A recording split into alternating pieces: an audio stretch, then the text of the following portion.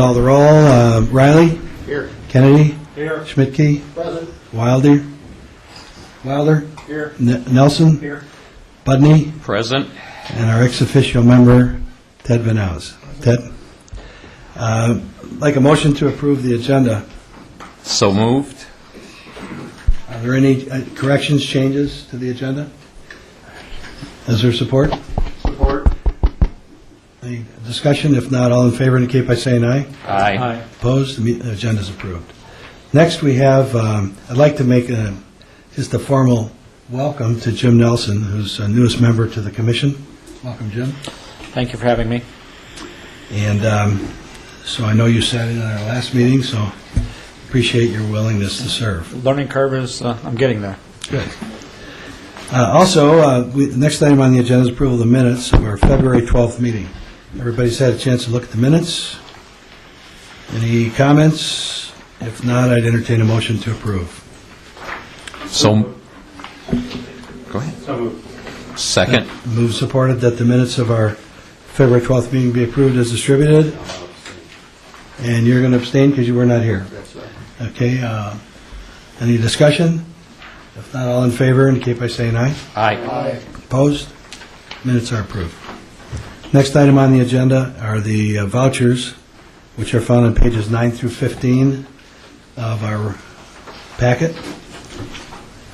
These are the expenditures that the Department of Public Services, water, sewer, refuse, roads, drains, and so forth, experienced. Any questions or comments? If there aren't any questions, I'll entertain a motion to approve. So moved. Second. Moved and supported that the vouchers be approved as distributed. All in favor indicate by saying aye. Aye. Opposed? Vouchers are approved.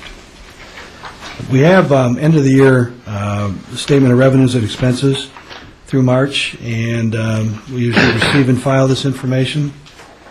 If anybody has any questions, it looks in order to me, as this is the final month of the year, fiscal year report. Any questions? If not, we'll receive and file the statements. Finally, number 8 is approval of the treasurer's report, found on pages 21, 22 of your packet. Any questions? If not, I'll entertain a motion to approve the treasurer's report. So moved.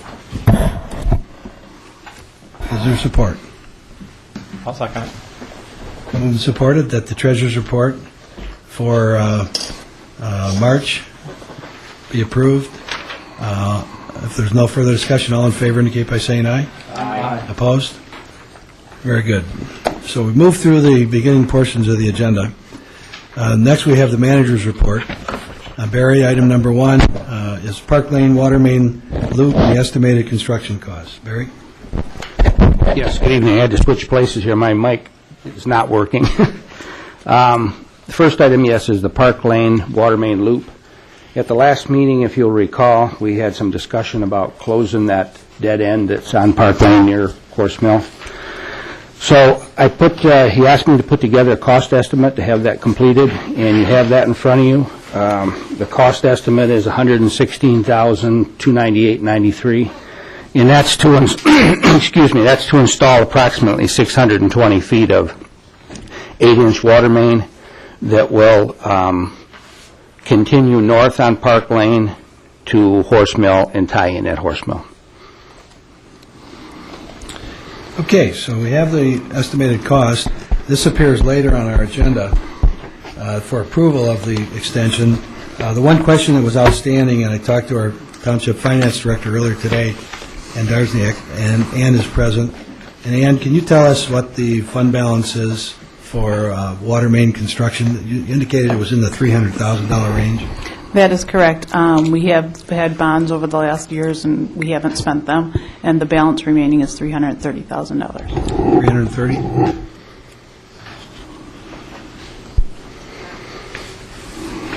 So besides that fund balance, there is no fund balance for water. So as we talk about water projects, certainly we can do this one. And I know we talked about another one as we did our road tour earlier today. a much smaller job.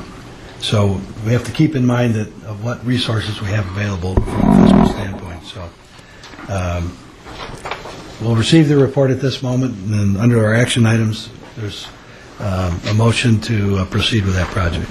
So the next item, Barry, is Meridian Water Main and Survey and Design. Yes, and also at the last meeting, you asked me to get with the CE Rains company and get an estimate to do the survey and design for the Meridian Road water main replacement, and that would run from Bridge Road to Grow Road. And the cost for performing the survey and design on Meridian from Bridge Road to Grow Road, including the section on Keith, is $273,809. The estimated construction cost before the contingency is approximately $4,563,488. And we've talked about this project before, and we do not have the money in place to proceed with the replacement of the water main. I think that we asked for this because the thought was perhaps we could start the engineering, at least have some of the engineering put in its place.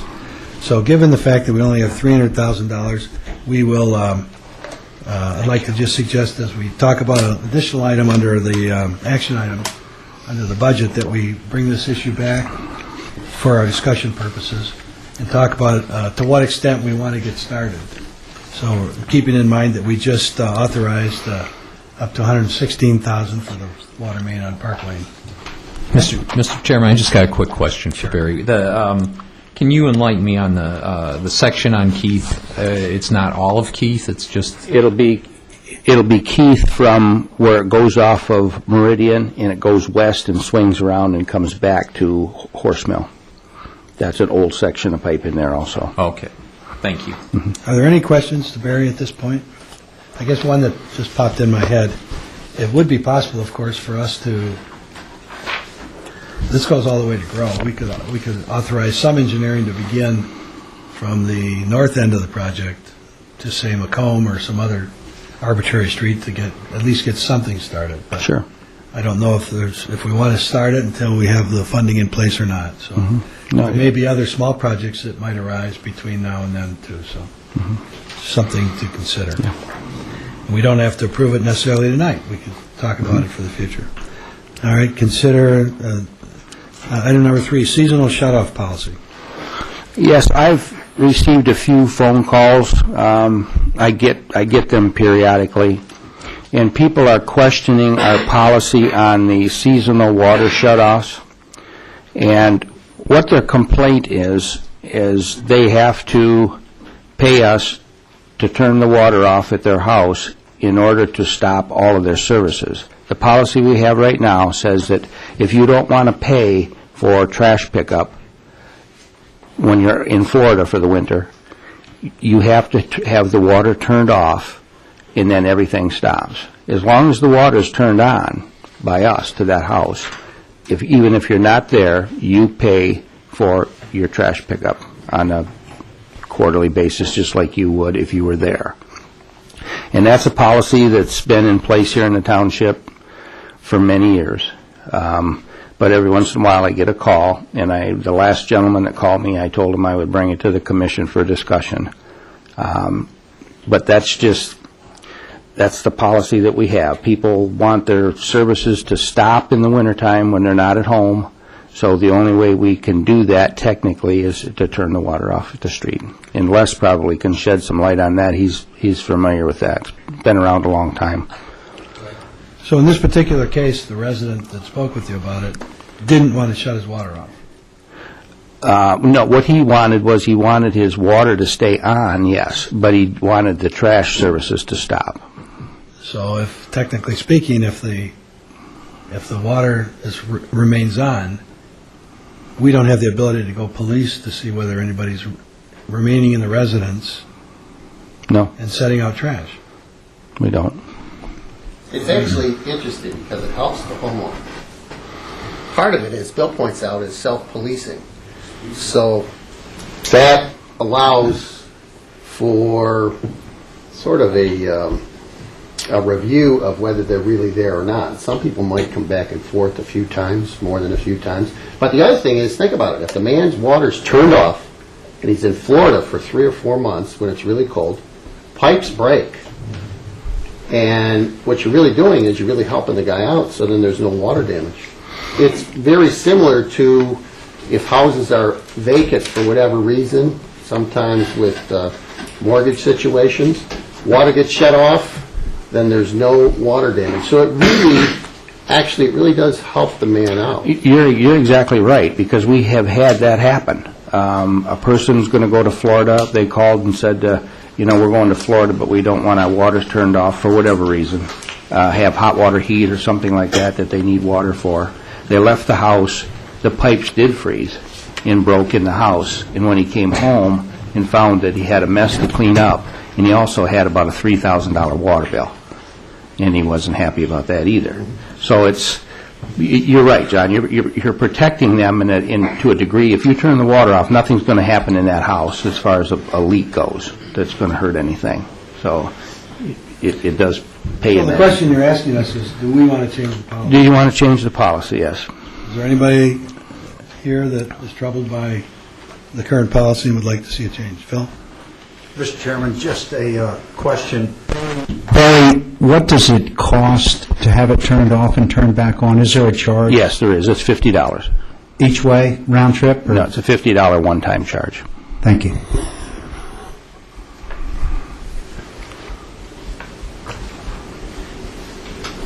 Any further follow-up on that, or? Okay. Are there any comments? Does anybody want to see a change in the policy? If not, we'll move on to the next item. Hearing no... Motion on that? I'm sorry?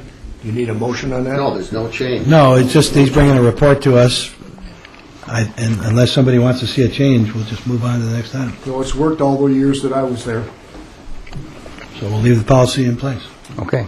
It's just too hard to police, and that's another side of it is you have to have somebody actually watching now. Yeah. And chances are we're not even going to know whether or not. So, Exactly. Yeah, I think it just needs to stay where it is. Okay.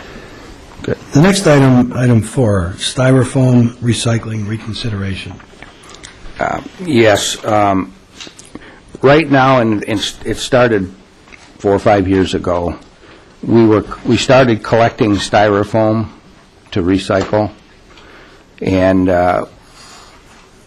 we collect it down at the DPW maintenance facility. People bring it in down there, and we store it in a shed until we get enough quantity-wise to fill up a dump truck, and then we haul it out to the recycle center in Ann Arbor. When we first started doing this, we had a resident volunteer that would haul it out there for us, and all we basically did was pay his gas money to go back and forth. That was discontinued because his circumstances changed and he could no longer do it. So right now what we're faced with is we're collecting styrofoam. Some of it comes to us clean, some of it comes to us not clean. And we have to sometimes sort through it to determine what's acceptable and what isn't. They will only take clean styrofoam. They won't take anything that's got food on it or anything anything but clean. And what I'm faced with right now is we collect probably a dump truck load a month, and we have to load it up, take our manpower, load it on a dump truck, haul it out to Ann Arbor, and it takes one man in a dump truck probably to load it and haul it out there and come back a half a day. The cost of that trip is probably a minimum of $150, $200 to make that trip.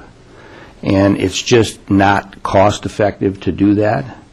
And I thought it behooved me to bring it to the commission to at least let you know what we're faced with down there and see if we want to continue collecting it. Well, under a recycling contract, Waste Management, they do not collect No. styrofoam. No, they do not.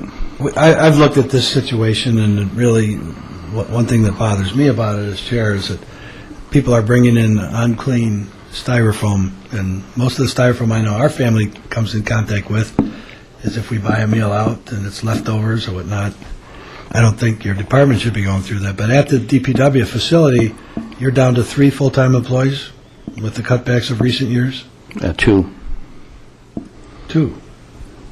2 field staff people. So the question then is, does this commission want to continue that, or should we change that? I feel that for the nuisance that it is, we have a tremendous recycling program. People in the community are very active with recycling, with our recycling bins, so I think we do a good job there.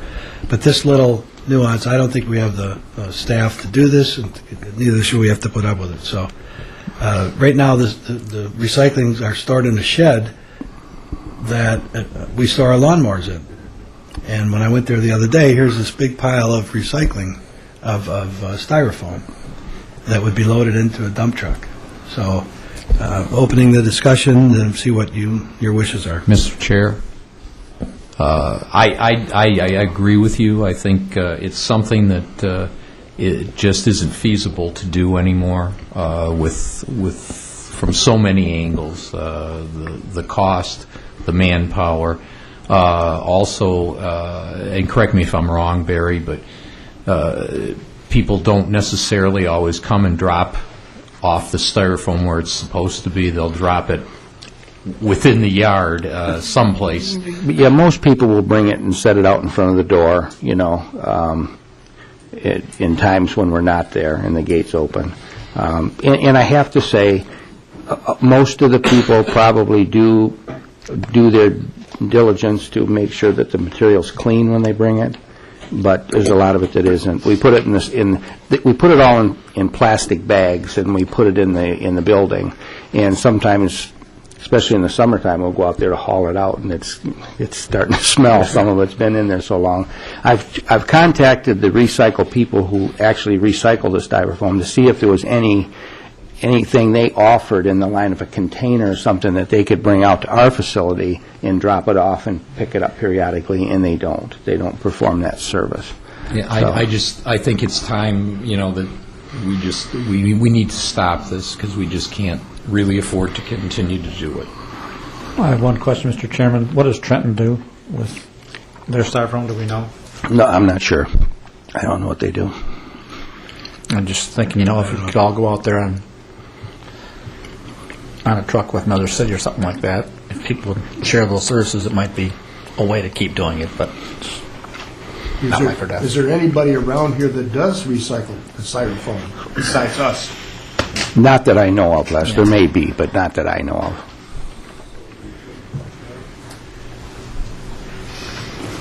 Can anybody, or is anybody aware of crushability of that stuff? Can you crush it? Is there a commercial application that crushes it? Because the volume is the problem with the styrofoam. I wonder if there's a machine that crushes that stuff. I couldn't tell you. But you're right, it is bulky material. I mean, you can imagine. It would seem to me that an interesting approach would be check with a couple other cities. Mr. Chairman, if you're looking for a motion, I am. I would make a motion that we discontinue our recycling of the styrofoam. Second. Okay, you've heard the motion to discontinue the recycling of styrofoam program. I would ask the maker of the motion perhaps at the end of this month. Sure. And, the commission has looked at this issue, and we've talked about it. It's really a cumbersome issue. Is there any further comments, questions? Are you pointing to Mr. Woody? You're welcome to come up to the podium.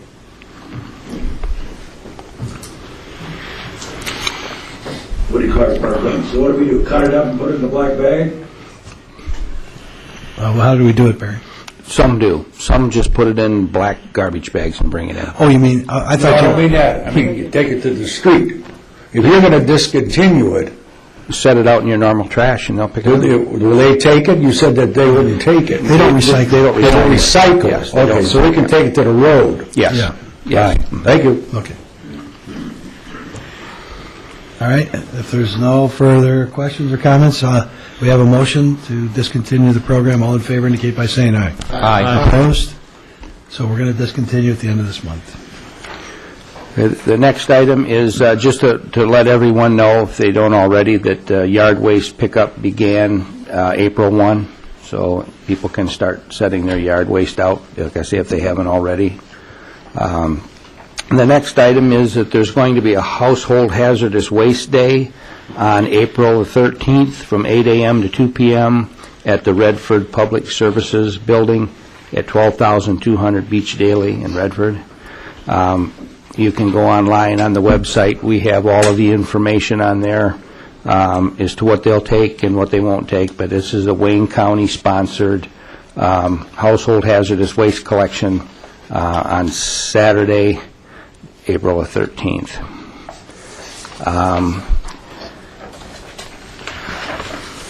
On May the 11th, Trenton, Gibraltar, and Grosse Ile are going together and doing a scrap tire and electronics recycling event, and that's going to be held the same place it was last year, and that's at the Kennedy Ice Rink on West Road in Trenton. You can take automotive, scrap tires, any electronics, computers, stuff of that nature, and it's going to be held Saturday, May the 11th. And there was some talk about, and I got to check this further, but there was some talk about at the same time holding a shredding event where people could bring some materials that they wanted shredded, and they'd take care of it at that time, but I don't have all the details on that yet. But that's going to be May the 11th right here in Trenton. Okay. Item number 8 is the chip sealing. You recall at the previous meetings there was quite a bit of discussion on putting a chip seal on the roads. We further discussed that. I'm going to call Monroe County as they invited us down to take a look at their roads that are chip sealed. I'm going to contact them this week or next, set up a time in which the members of the commission that would like to go down and observe some of their chip seal roads. I'll make that happen for you. So that concludes. Very good on that. We see in the audience we have the Honorable Jack Delphi, who was a member of this commission for a long time, and Jack was responsible for a lot of the road maintenance work over the years, the last couple decades, so nice to see you, Jack. One of the things that we started talking about a year ago, and with Wayne County, we talked about the possibility of using a chip seal approach. Are you familiar with that? And for the audience, that's where you lay a layer of an asphalt sticky material on a road. Let's just take like Ferry Road, and then you put a chip, stone chip, over it. A lot of communities have been using it successfully, and based on Barry's research, we've been told that you can do a mile of that for under $20,000. You do have to do some base repairs first if you have some sections that have potholed or whatever. But so we're going to go and take a look at what Monroe County's done, and I think Wayne County may even go with us. We talked to Wayne County about the possibility, and they have indicated they would be open to looking at it. We're thinking of experimenting with it maybe this summer, maybe on Ferry. We'd have to talk to the residents first, maybe on Bellevue, I'm not sure. But we're studying some alternatives to see what we can do to preserve our roads. So we're going to give an update again on that a little later on the agenda. We had every year this commission takes a road tour. We spend a couple hours on the road driving various roads to the township and looking at how we came through the winter with potholes and broken sections of concrete, and in some cases some concrete slabs that are sinking for unknown reasons, asphalt deterioration. Then we put together a priority list. Our township engineer went with us today, and we're going to develop that list, and then at the next meeting hopefully have cost estimates associated with it, and proceed this summer with a couple $100,000 worth of improvements for our roads to do some major repairs. So this chip seal came up as a novel way that maybe we could make some inroads, and it's a good protective coating. And in addition to that, we also talked about tying in with the Downriver Community Conference. A couple communities have taken bids to do some crack sealing. So we're going to, and Jack, I know that you spearheaded the crack sealing program for years, and so we thank you for that. That helps preserve the roads too. So we're looking at both those options. So I guess that's enough on that for now. And are there any discussion, there's no discussion items other than what's on the agenda. Action items, we have Tim Rooney here as our Director of Parks and Recreation for the township. Tim's going to make a presentation on some drain requests that his commission and interest would like to see accomplished. Tim? We all have copies of the report. We all have copies of your report, Tim. Okay. Well, thank you for having the Recreation Department tonight. I appreciate the opportunity to appear before the DPS. As you know, since the creation of the Recreation Department in the late 80s, we pretty much evolved by cooperating with different community groups. When the Rec Department first started, we had a budget of about $76,000, and we used churches, schools, clubs, and the community really supported the Recreation Department as we began to develop services and programs. And then as we got through the proving ground and people started seeing there was a benefit to public recreation, there was the playscape that was developed. We were a new department, but we kind of pitched in with that. And then the purchase of the farm, we were highly involved with that, working with community groups. Like the airport park, you'll see that we work closely with JIRA and GISA and the Nature and Land Conservancy. And when you go through our programs in the program guide and the services that we offer, we're usually partnering with various community groups. We feel that the township resources we have will help the community groups expand their programs and vice versa. I handed out a report from our annual report, and it gets statistics, and on the backside you'll see the different community groups that use the Centennial Farm, whether it's the Herb Society, the Garden Club, all the different sports groups hold fundraisers. In a couple weeks, the Animal Shelter will be having a big fun run there that they raise money with. Water's Edge, we merged with Water's Edge about 8 years ago, and you'll see that there's more rec activities, not talking about golf and pool, but like recreational sports like basketball, volleyball. We want to put in the inline hockey. So what I'm trying to say is we really are a reflection of the community. Almost everything we do kind of comes from that grassroots effort, kind of the bottom-up approach. And the two proposals I have tonight are two of the facilities I just talked about. We have the Centennial Farm. As you know, there's the dog park and then the playground area. And we have some problems with the drainage in that area, and I think you received some pictures on that. Right. And then by the Recreation Activity Center, where a lot of those groups hold their fundraisers, we run programs throughout the year, different types of recreation programs. And we're a little tight on money, and we felt that based on our broad cooperation with the community and how much of a resource it is to the various community groups and what it does for the Recreation Department and all those groups, we feel it would be a worthy cause to put some of the drainage fund towards that, and we hope you'll consider that. And what it would be is there's along the east side by the outdoor arena, the rec building where the community groups, we've always had a drainage problem. We've done a lot of improvements over the years since 1988 when the rec department moved there. But there's still a few little areas that are kind of making it miserable at times for the different groups that use it. And then the dog park, probably the first in the Downriver community area, a beautiful facility. Once again, many volunteers support that facility, and it's growing all the time. I think there's some members here tonight if you want to get closer details on that, what they do. We feel that would really clean that area up, and then we have a lot of families that use the playground there and enjoy it. And then when the groups are using it, they also use that entire area. So we're looking for some help there, and we feel that there would be a big bang for buck there because of the variety of people.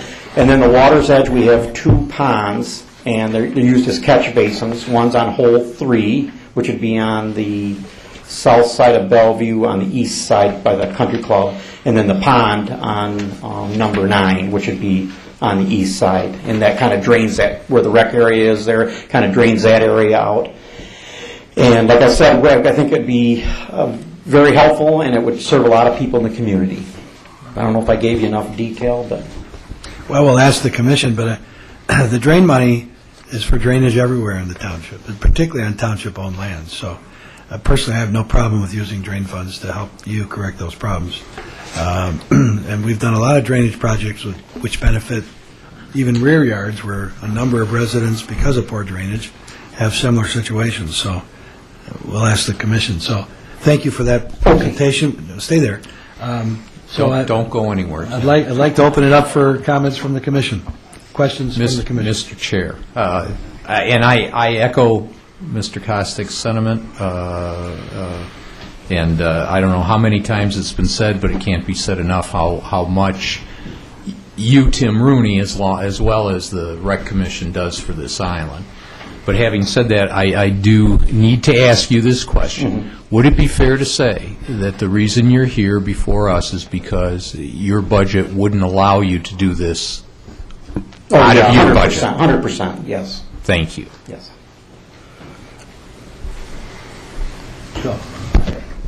One question on the estimates for the project. I, too, agree that this is a worthwhile project to go through. We have cost estimates for these projects. Are they, how were those estimates come to? I mean, are they just a guess, or are those actually been looked at by engineering staff and considered for feasibility and so forth? Yeah, the Recreation Commission did not want to bring it forward, the administrative staff at all, till we had detail on it to give you, the DPS Commission, something to look at and not just throw a willy-nilly figure out. So yes, the CE Rains, our township engineers, put those costs together for us. Okay, thank you.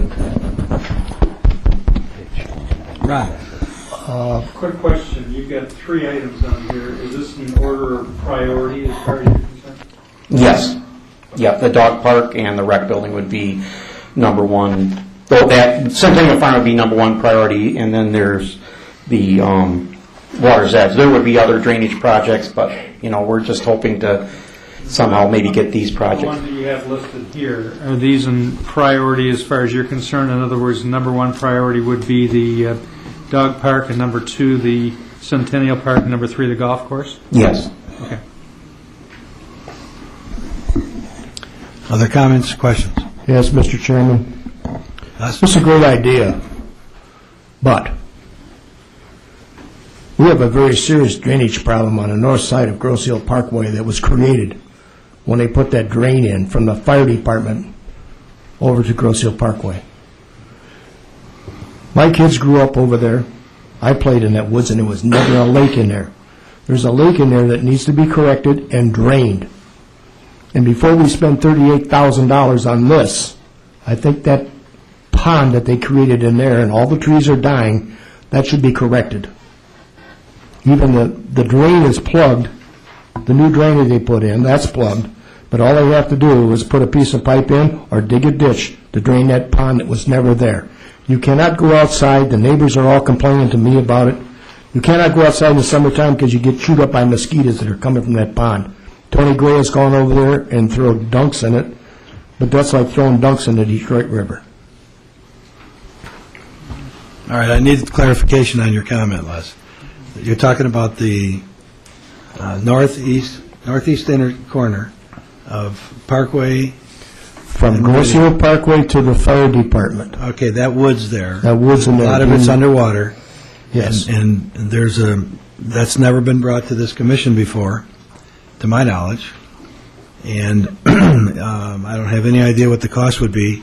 I wish you'd have brought it up earlier today so we could have looked at it.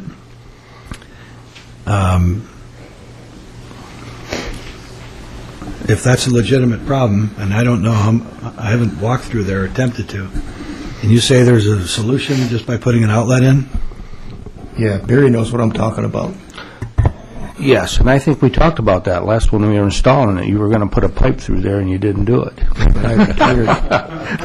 I get blamed for that. That was a project that was done under Rains's direction. Right. And when the contractor finished, instead of hauling the dirt out of there, what he was supposed to do, he bulldozed all the dirt from west to east and made the berm that this water could not drain. Right, but I may be wrong, but my recollection tells me that there's some wetlands in that particular area that we have to protect. Yeah, I think we did it per the DEQ because we were told that some of that area up there was wetlands and we weren't able to disturb it. It was never wet in there. I can bring my family in here, and I'll tell you, they used to play over there. I think And some of the neighborhood kids that grew up in that neighborhood, they said, there's never water in there. Yeah, I think we constructed that ditch through the approval of the Wayne County and the DEQ, and I think there were some issues up there.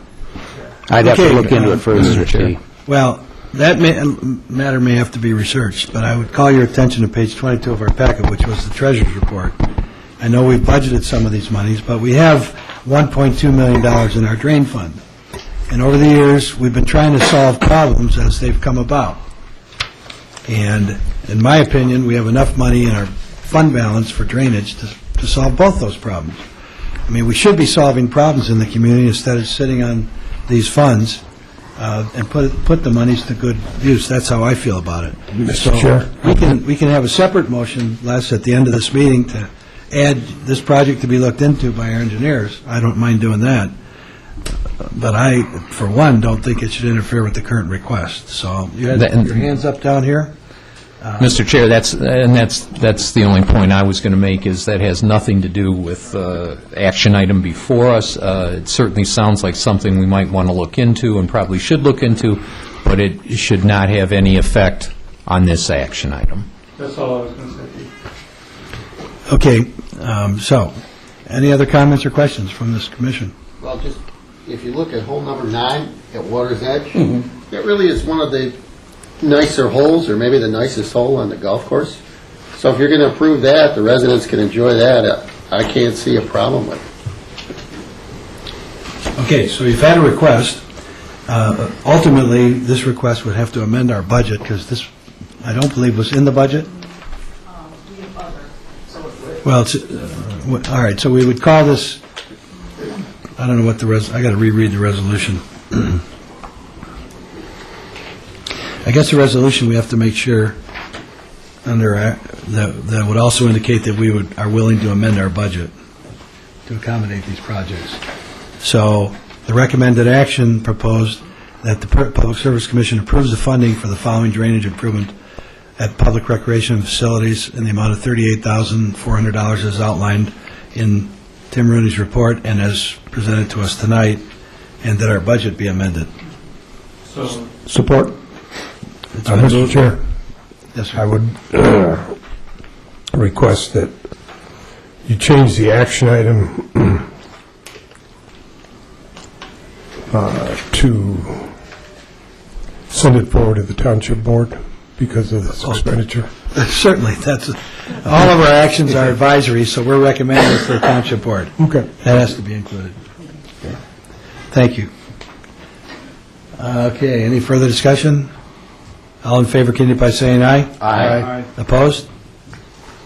The motion carried. Thank you, Tim, for being Thank here. you for your support on behalf I of know the that Community Recreation Commission and Carol's and the people at We're happy to cooperate with you, and I know that there's some people sitting here, at least one gentleman I know, in favor of some of these improvements, a couple. Would you like to speak, or have we satisfied your needs? Satisfied our needs.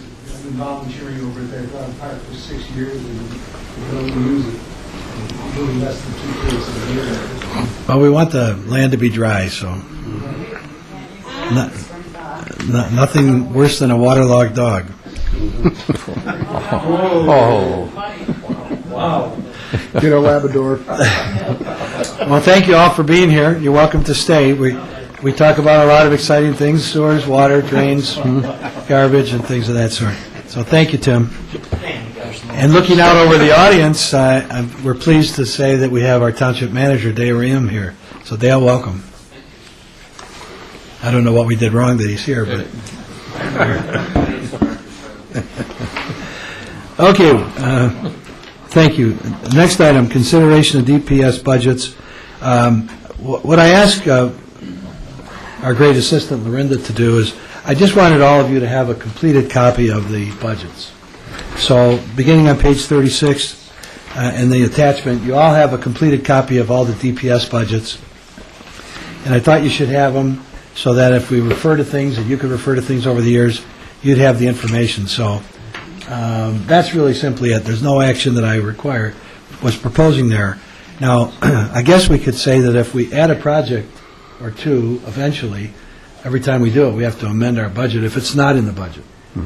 And we talked about some Let's things. just talk about that for a minute. Sure. I'm not sure what's been done recently, but a lot of times in government situations, they go off budget for one reason or another. And then there's some amendment process once or twice a year. So rather than do every one as it comes along, these are fairly reasonable in scope. So rather than plug that in, that's an administrative thing, once or twice, 3 times a year, whatever. We can amend our budget. I'm sure the township generally goes over budget sometimes, does an interfund loan or whatever they have to do, and then they amend their budget. So that used to be a regular process, and then we could do the same thing here, rather than just keep tacking that on every time. Yeah, I understand your concern, John, but I don't see it happening that much because most of the road, Maybe it won't. most of the road and drain things we're going to do, we have an item in the budget. But what I was thinking specifically is these water main projects that we're talking about, they were not in the budget. The one that we talked about on Martin Lane tonight, when we get that back, and we're not going to have it back tonight, we're going to recommend that it come out of the fund balance for those. In that case, we're going to ask that the budget be amended to move the money from fund balance into the budget, okay? So when we hit those unusual circumstances, and I don't see it happening that often, okay? That's fine. Okay. So everybody's got the budget, we'll just move on then with that. Item number 3 is consideration of road drainage, water and sewer repairs.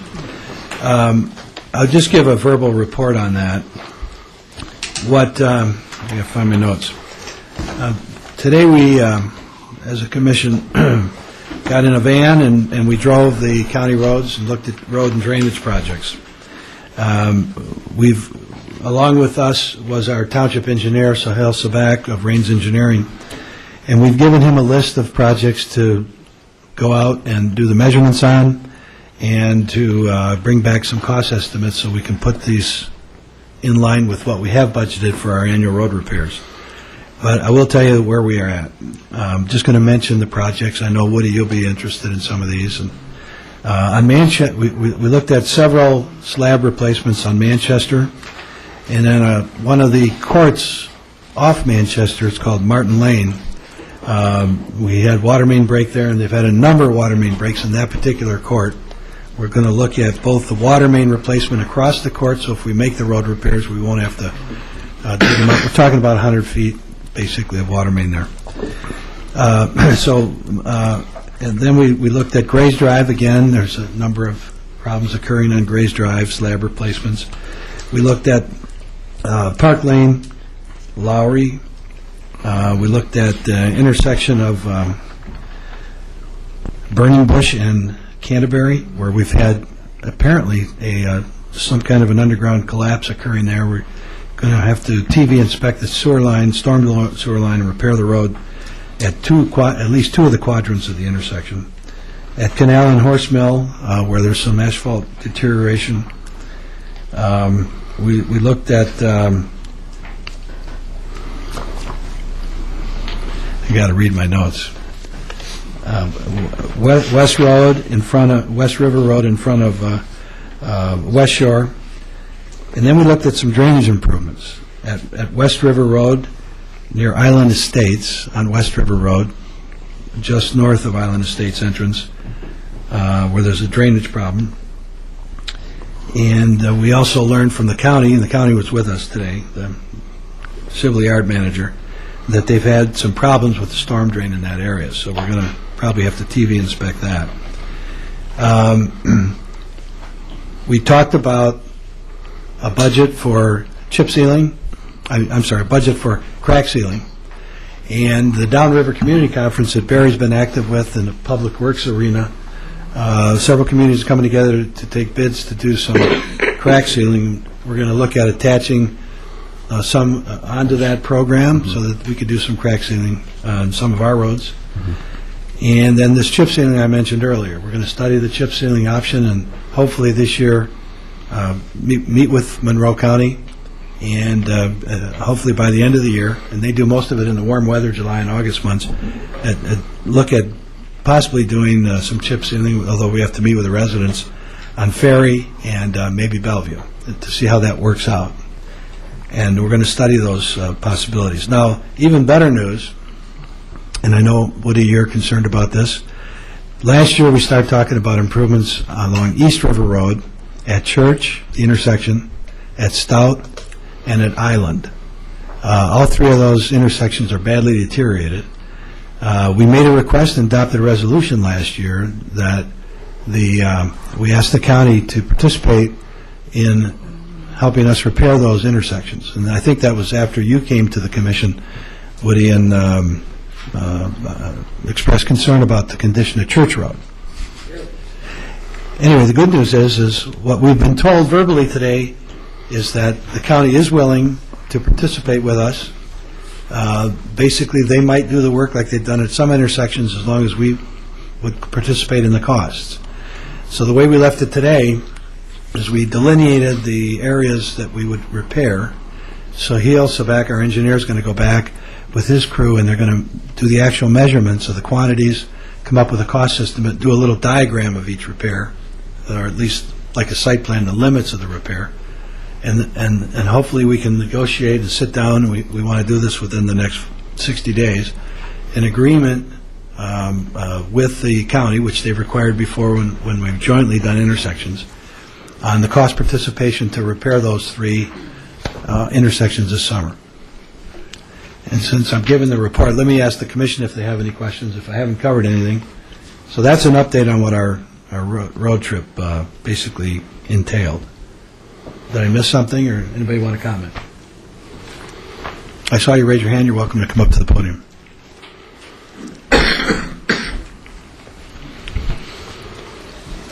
What do you want, Parkland? Are you going to, Wayne County's going to do the work and you supply the asphalt? Well, the way we did it before, Woody, like there was Church Road and Meridian, Ferry and Meridian, you recall when we made those repairs, we just had a cost-sharing agreement. They supplied, we just participated in the cost. They came in and did it with their crews, and they supplied the asphalt, and we just paid them a certain percentage of the cost. What about that division off of Park Lane between, was it Lyons and Ferry, Cadillac Square? Cadillac Square, where it's all messed up, and you guys were saving a little bit of money each year. How close are you to... I'm not familiar with what you're talking about. LaSalle Court. Talking about LaSalle Court?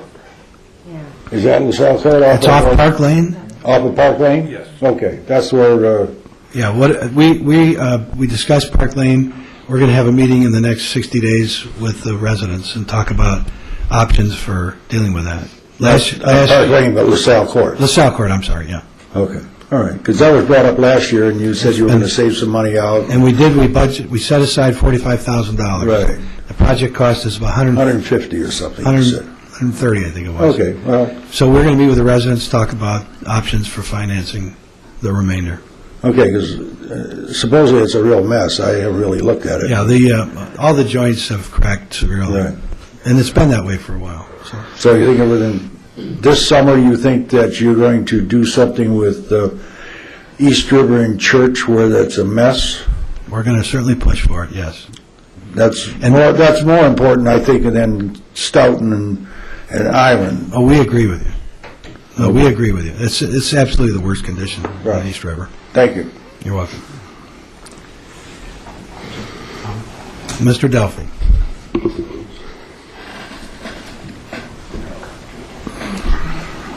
Jack Delphi, 10321 Loma Circle. Two things. First of all, I wonder if any consideration and priority is given to Church Road, especially from Canterbury to East River Road, which I think is very bad. I didn't hear that mentioned, but... Well, Jack, we've set up a separate subcommittee, and the subcommittee's going to meet, and we're going to start meeting right away this year. And we're going to try to come up with a plan. You can be you can be a citizen volunteer if you want. As you know, almost nothing within our financial resources that we can do will meet the county's requirements. So we're going to look at alternatives of reconstructing Church Road, and hopefully not touch a tree, widen it, I hope, up to 4 feet, and come up with a plan for financing that we'll bring to the Township Board. Our goal is to have that done before, I would say, before late fall of this year. Come back with a recommendation. I've talked to some county officials about it. The idea is we know we won't comply with their standards. It doesn't mean there's no federal money that can be put into it. We have to replace the water main as well. Church Road needs a total reconstruct, so it's not an eligible candidate for chip seal. It's just so much deterioration on the road. So we're going to come back with a report on that. Okay, good. We haven't forgotten it.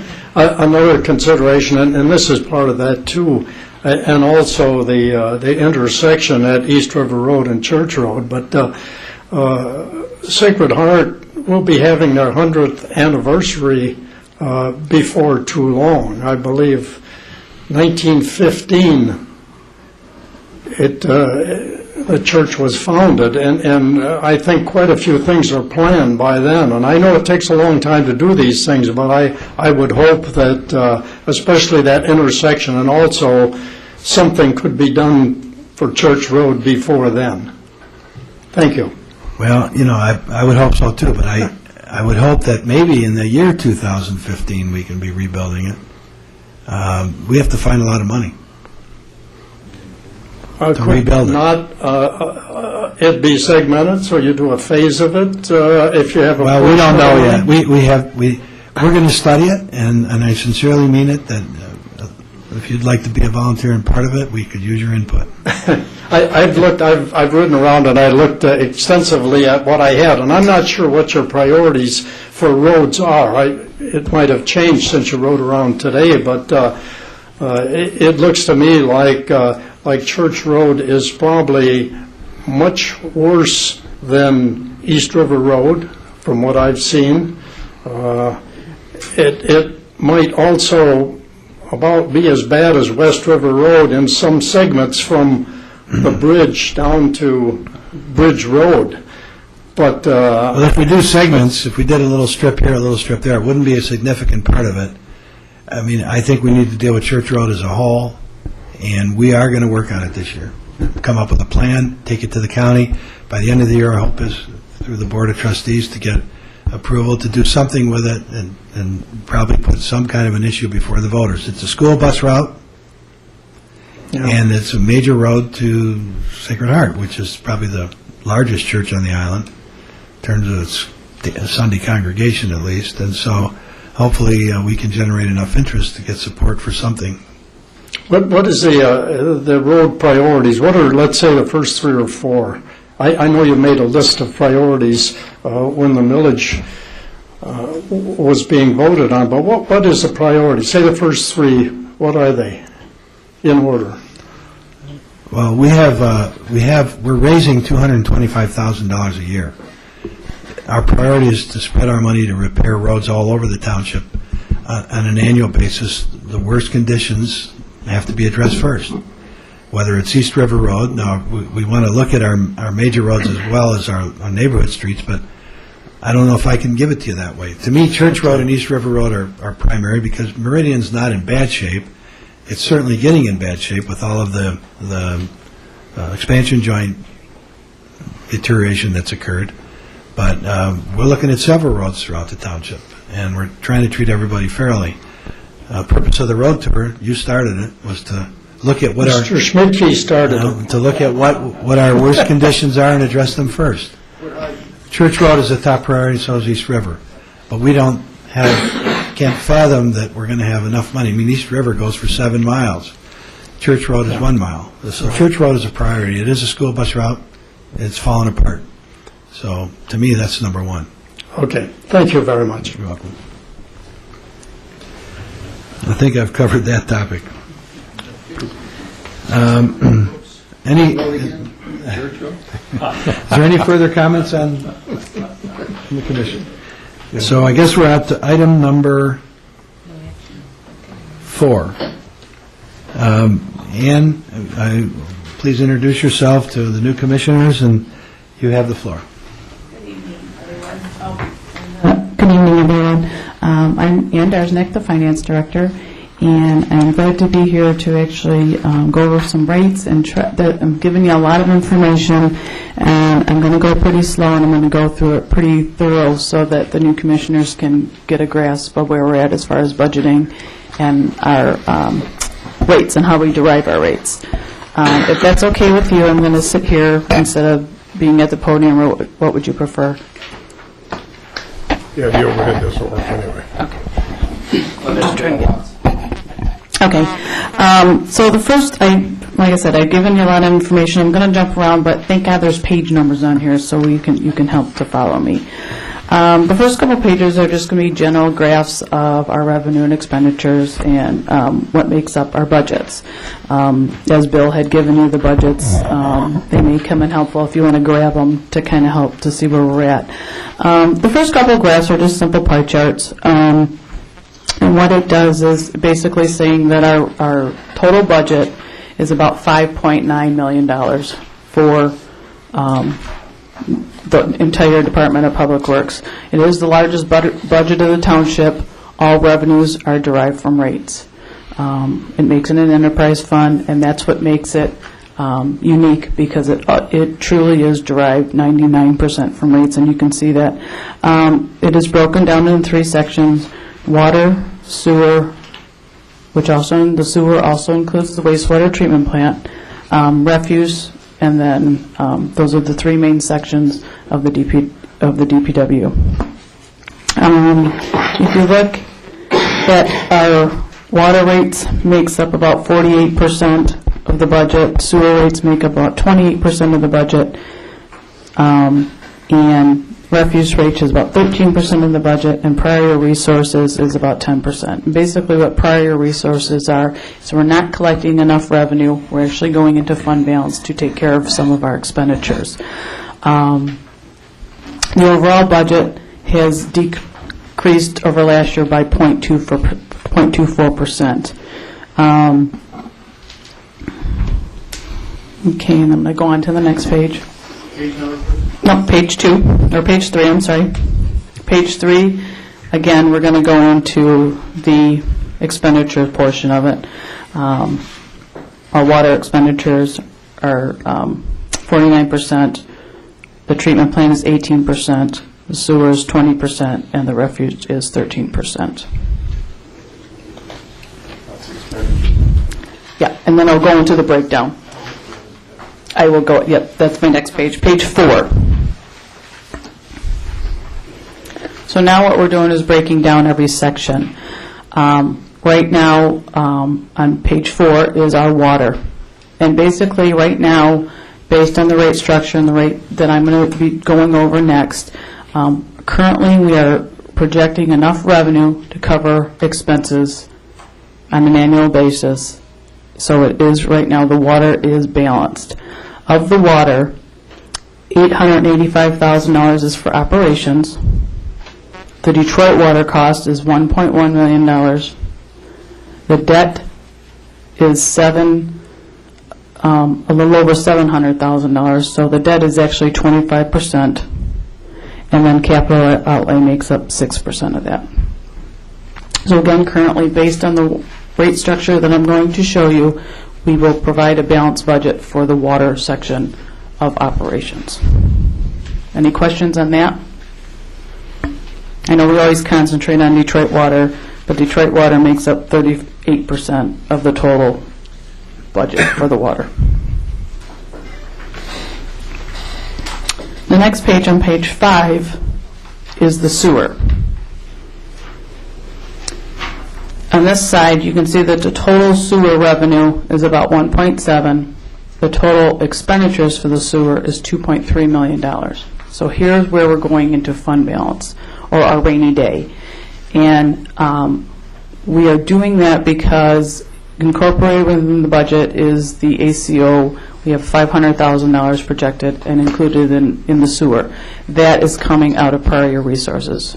We'd have to raise rates extremely to cover that, and we may or may not expend it, so you wouldn't want to raise the rates to accommodate that because you'd be overcharging, because we don't know what we're going to expend. But it is in there, and in the case that we do have to expend it, we will be expending it out of prior year resources. Does that make sense to everybody? So our current rate structure cannot accommodate that at this time.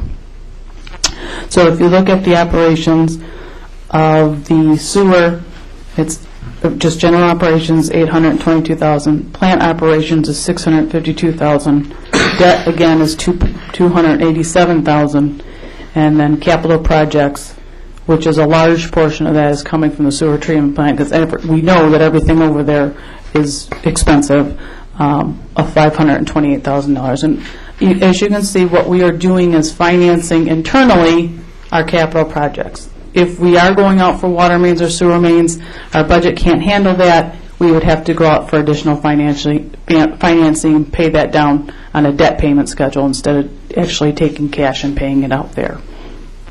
So if you look, we always talk about our debt. So just our debt payments on our bond outstanding is a little over $1 million. And we need to keep that in mind. That's a huge number.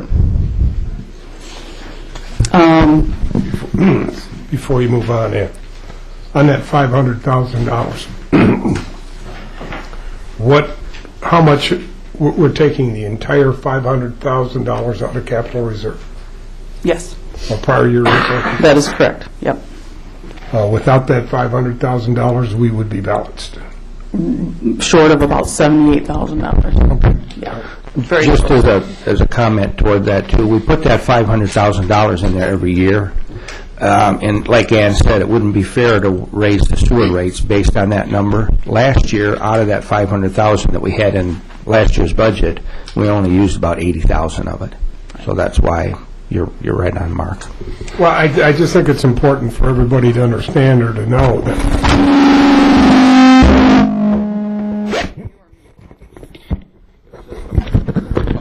now that Barry's woke everybody up. It's important to know that if we get into a situation with the ACO, and if we get into a situation where we're going to have capital expenditures, we're not going to be able to fund it. We're hoping that through diligence with the current programs we've got in place and the current testing that we're doing, that we can bite a big hunk out of whatever we have to do and fund it ourselves without going into advanced rates or going out for more debt. Because I don't think we can afford any more debt right now. Ted, can you explain again to everybody what the ACO means and why it's important? Well, yeah, it's a administrative consent order that the DEQ, number one, our sewage treatment plant on a few occasions a year bypass sewer water into the Great Lakes, and this water is partially treated, and for the most part, from my standing, it's rainwater. From their standing, it's sewer water, and we are restricted. We cannot do that. Now, they're allowing us to operate our plant basically under the consent order if we agree to find and fix the condition that's causing us to do that. And that's what all of this testing's about. That's where we're going from here. We're attempting to find out, is it a problem that we can fix? I mean, is it even fixable, number one? Number two, what is the source of the inflow that we're getting? And once we find all of that out, then we can come up with a real hard number that allow us to move forward to meet the requirements and get the DEQ to go away. That's our ultimate goal here, is no longer needing an administrative consent order to operate our plant, that we're within limits and everything moves moves freely. In the real fly in the ointment here is we spent $50 million to do this, and it didn't accomplish what we wanted it to accomplish. Or at least they feel we didn't accomplish what we wanted to accomplish. So we're in discussion, and it's going to be a huge discussion. We've alerted our attorneys. We're prepared to move forward with legal action if we have to, but we're not going to enter into any agreement. This township and this commission has pretty much given us direction. We're not going to enter into any agreement that we cannot maintain. And we have done that in the past, and we're just not going to do it anymore because it's just not prudent to move forward in that direction. So as soon as we find out what it's going to cost us and where it's coming from and how we can fix it, then we'll try to take a metered approach. It could be a 30-year approach. It could be a 10-year approach. And if we get real lucky, maybe we can find a smoking gun and fix it in a hurry. But that's where we're moving forward with this. But we need to set aside this money because we're going to keep attacking this problem. Like last year, we set aside $500,000, and we didn't get the conditions that we needed for rainfall. We didn't get the conditions we needed for flow. So consequently, we only spent a very small portion of that to do the testing that we've done. That testing is now started back up again, and we're going to continue to look at it. So that $500,000 certainly isn't going to fix the problem, but it's going to allow us to move forward in achieving the goal that we want at the end, and that's to get away from this ACO and the DEQ, because I'm pretty sick of dealing with them. Jim's only been dealing with them for 6-8 months. I know he's sick of it, and until we can come up with the answers, that's where we're going to sit. Very good answer, You know, Ted, if I heard what you said and understood it, we can't assume more debt right now. Well, we have not gone out. It is my opinion and the opinion of Ann and the rest of the board that we are getting to a position right. We certainly could get more debt. I mean, but we don't want to put the township in a situation where we assume more debt. And maybe not a lot of debt, new debt. Right. And cities that have done that have wound into problems. Just keep bonding everything. Right. And after a while, you can't get enough cash flow to pay your bond debts and your other bills that come due. I mean, is that kind of what happened in Detroit? Basically, it is exactly what happened in Detroit, and it's exactly what's happened in all of these communities. They get stressed out on their debt load, and it's very easy. I mean, you can go out, they'll sell your bonds. But the reality is, how much do you want to commit to taxpayers of this community and their kids and their grandkids on paying off this debt? And if you're doing that with a purpose in mind and a result in mind, then by all means move forward. But to this point in time, through this ACO and through the DEQ, we have not had those guidelines. They're just saying, you must agree. I mean, there's money available out there, but if we agree to some of the money that's available out there as a credit to us, then we have to commit to a 3 or 4 year fix on a problem we don't even know what it is. We don't know whether, if we borrow $250, let's say we borrow $1 million to do all this testing and agree to their terms, and at the end of this testing, we see that we have to come up with another $30 million. We only have 3 years to make that decision, or we have to give them the money back. Well, I just do not even do that. Let's fund it while we can fund it, and that's basically what we're doing. When we see what the problem is, then some board, whether it be this board, whether it be 2 boards down the road, are going to have some decisions to make. But let's give them all the details and the facts that they need to make the right decision, because up until this point, that hasn't happened. First of all, Ted, you'll still be around, won't you? Well, I don't know if I'm going to live that long.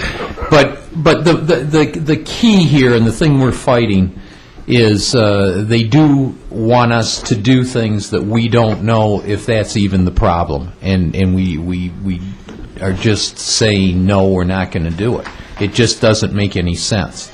And because of the financial position we're in, and it's not that we're in any dire straits, but we don't want to get into any dire straits, we will not agree to start doing things that are going to cost us a lot of money and have no idea if they're going to do anything. And at the end of that period of time of doing those, if it still isn't fixed, they're going to be right at our door saying, no, now let's try this.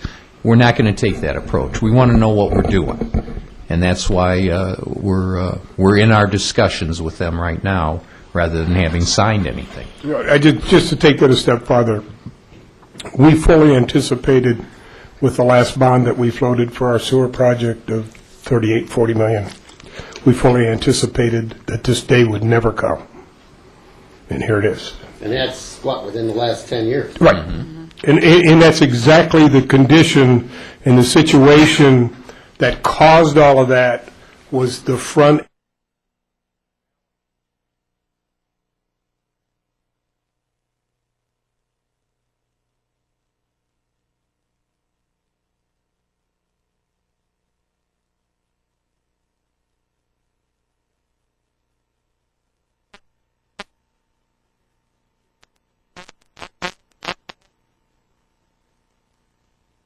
And the state thought it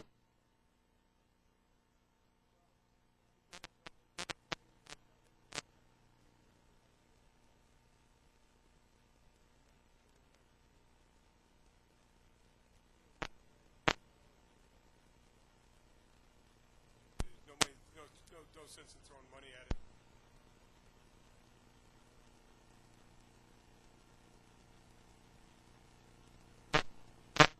The most frustrating time of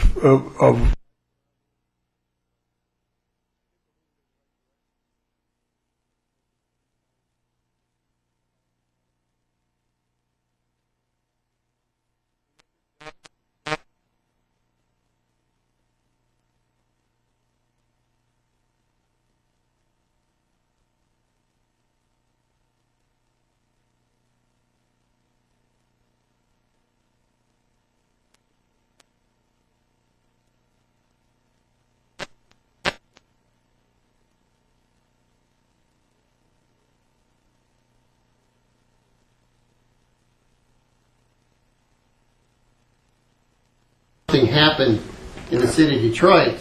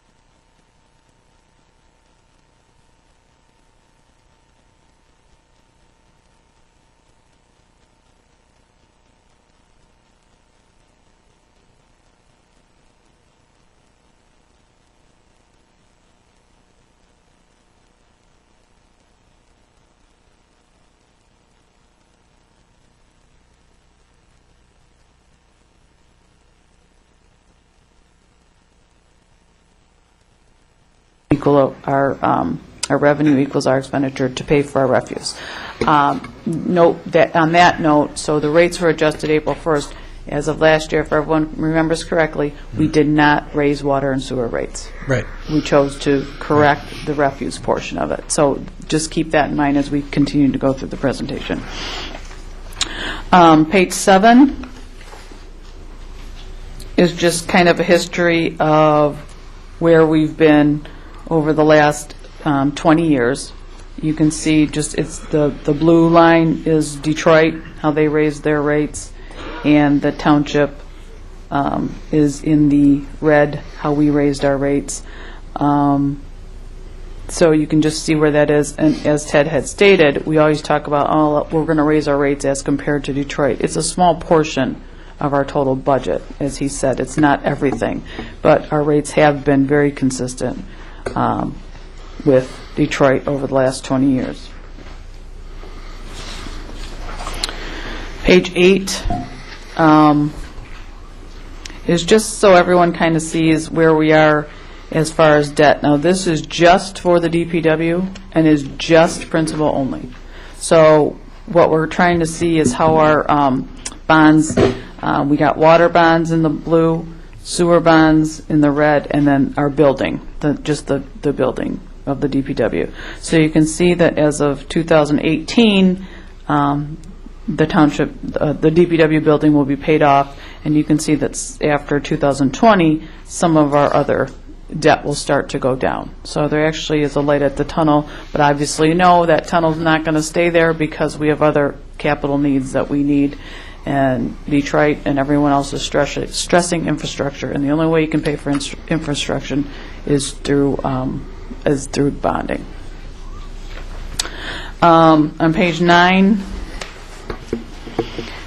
if we look over the years since 1999, we have bonded almost $13 million to cover all the projects that are listed on the left side of the page. There is future bonding projects. We do have $3 million that the board has passed the resolution out there that we are capable of bonding for, and just have not done so with a couple capital projects listed there. And I just want to clarify that point. Of the $3 million set off to the side, which at one point we contemplated the East River and Byram water mains, included in your bond debt schedule in current debt payments, is that $3 million? It is not. It is not in there? No. All right. We would have to raise rates substantially to cover that. If you can look at your budget real quick, when we raised water rates, and like I said, I'll go into the rate structure, increasing water rates as much as 10% only provides an additional $273,000. It's not like it's an abundance of money, and on the sewer side, it's even less. It raises about $162,000. So your average bond payment for, say, this $3 million,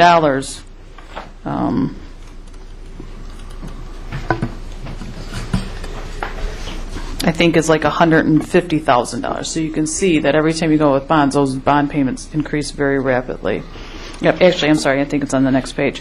So we'd have to raise almost 10% to cover the bond payment of $3 million. Okay. You can see just how extensive that it is, that it does make a drastic. All right.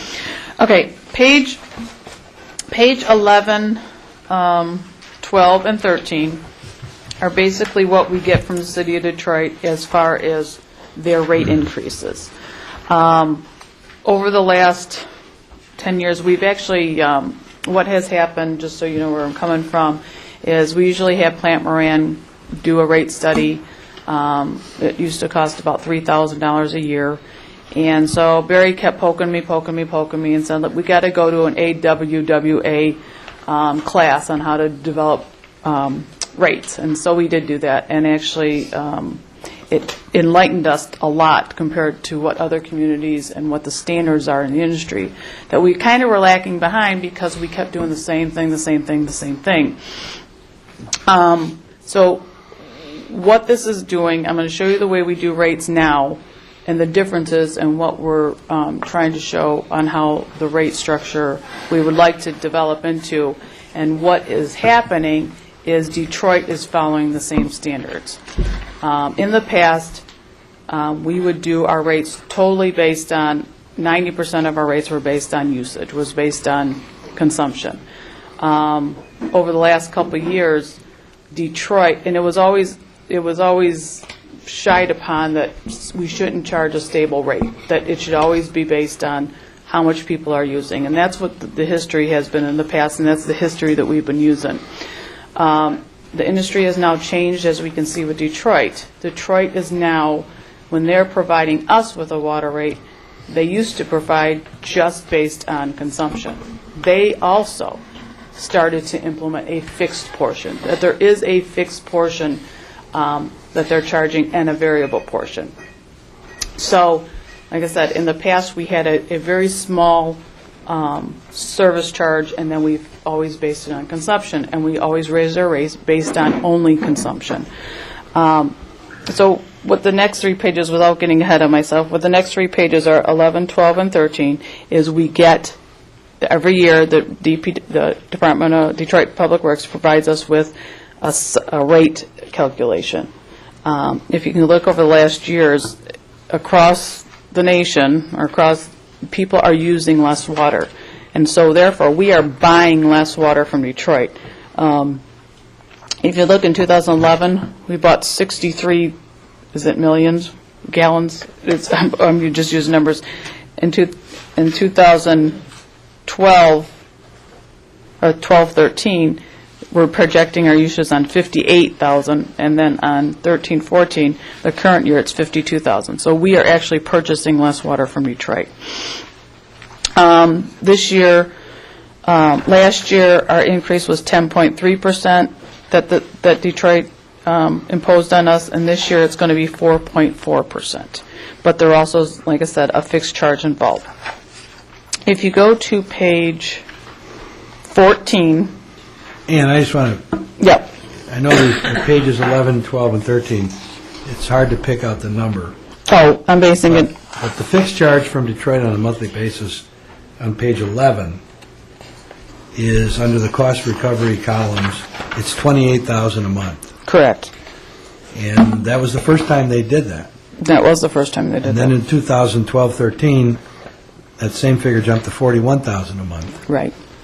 And now they're proposing it to be $43,000 a month. That's correct.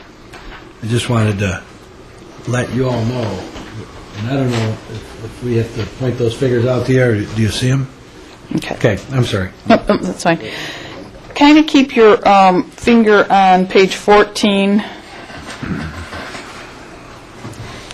So on 14 and on page 18. So on page 14, this is the way we did it in the past. Currently, if you look at a water bill, our rate is $7.22 for consumption for water and $2.60 for consumption for sewer. Our water maintenance charge is $13.80, and our sewer maintenance charge is $44.10.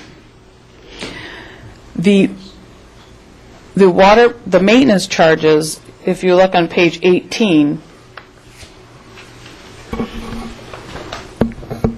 so normally in the past, probably in the last 15 years that I've been here, we have never looked at the sewer rate, the maintenance charges, since I've been here. We haven't changed them.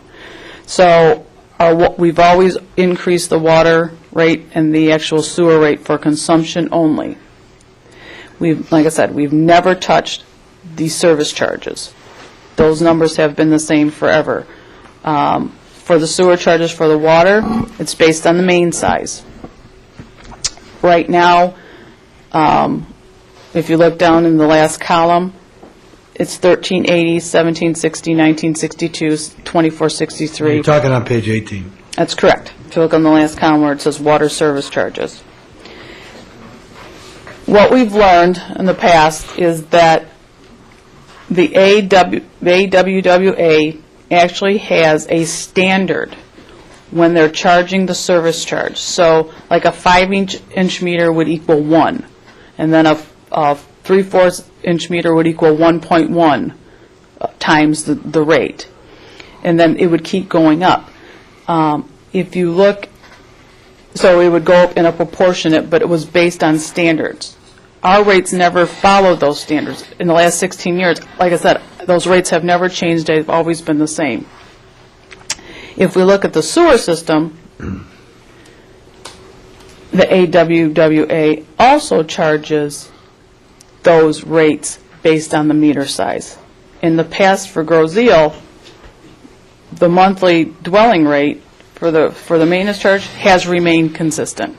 It's always been $44.10 for the 15 years I've worked here. And that was what they did in the past. Now they're shying away from that. Now they're saying the AWAA standards should be based on the meter size, and a proportionate rate based on those meter sizes. So in the past, again, I'm repeating myself, that we've always just looked at the rate per 1,000 gallons and never looked or really cared about the meter size. And what the new assumption is that it should be based on the service charges. They're emphasizing more on the service charges and fixed and variable costs than just water consumption itself. Is that making any sense? And I'll continue to go through this. But on page 14 then, so you can see the way we used to do it. If we decide to do it the same way as we did in the past, we would be raising rates approximately 10% per quarter. And that shows you on the one that says effective on your upper right-hand quadrant. So again, here we're going. We're leaving the maintenance charge as is, the sewer maintenance charge as is, and all we're adjusting again is the rates have we done in the past. And if we do that and consistently do that as we did in the past, it's about a 10% per quarter increase. Again, we want to emphasize that we did not raise rates at all last year. And in the bottom part,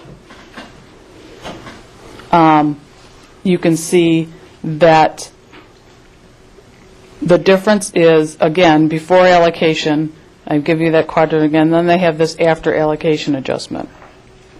What it does is adjust the water maintenance, it adjusts the water consumption, so the water maintenance goes up a little bit because they're emphasizing it should be based on a proportionate rate. The consumption actually goes down because the consumption now is based, the water meter is going to be based on, the service charge is going to be based on fixed costs, and I'll go into that. The water consumption is going to be based on variable cost, which makes sense. So you're going to have a fixed cost that's going to cost you to get to your door, and then you're going to have the variable cost that's going to say, okay, how much water are you going to use? So that's going to make the variable portion of your bill. So what I want to do is kind of go to page 19. And what this is doing, no matter how we do it, we have to come up with enough funds to pay for our expenditures. And I think you have to point out on pages 15, 16, and 17 that there is a listing, or am I Right, I will, yeah, I'm going to get, let me just go over Come these back to couple, that? yeah, let me just do these next two pages. Is everyone following me? As long as okay. On page, so everyone understands the way we used to do it. We used to just make it balance and then raise the rate for consumption. Now what we're doing is on page 19, I am taking our budget of the water budget, and I am actually allocating cost based on what is variable, which would be my labor, my operational expenses, and my Detroit portion of the variable costs that they're giving us. Those are my variable costs. My variable costs will now make up my water consumption rate. Now I'm talking about my fixed cost is no matter what, we don't have to do an ounce of water to your house. We don't have to provide water anymore, but we're still going to have those bond payments that will not go away, and we're still going to have the Detroit fixed cost. And that's how we're going to now derive our new metered service charge. So you can see that our meter service charge for a 5/8 main, and we're going to start out that, well, 5/8 main equals 1, equals whatever proportion it is. So our main now is going to be $19.95, and this is based on a monthly, so we have to triple that because I did it all on a monthly basis. And our variable cost now is our water. So now that's going to go down to $5.25 per 1,000 gallons. Is that kind of making sense? And so we're going to go ahead and do that on, go to page 24.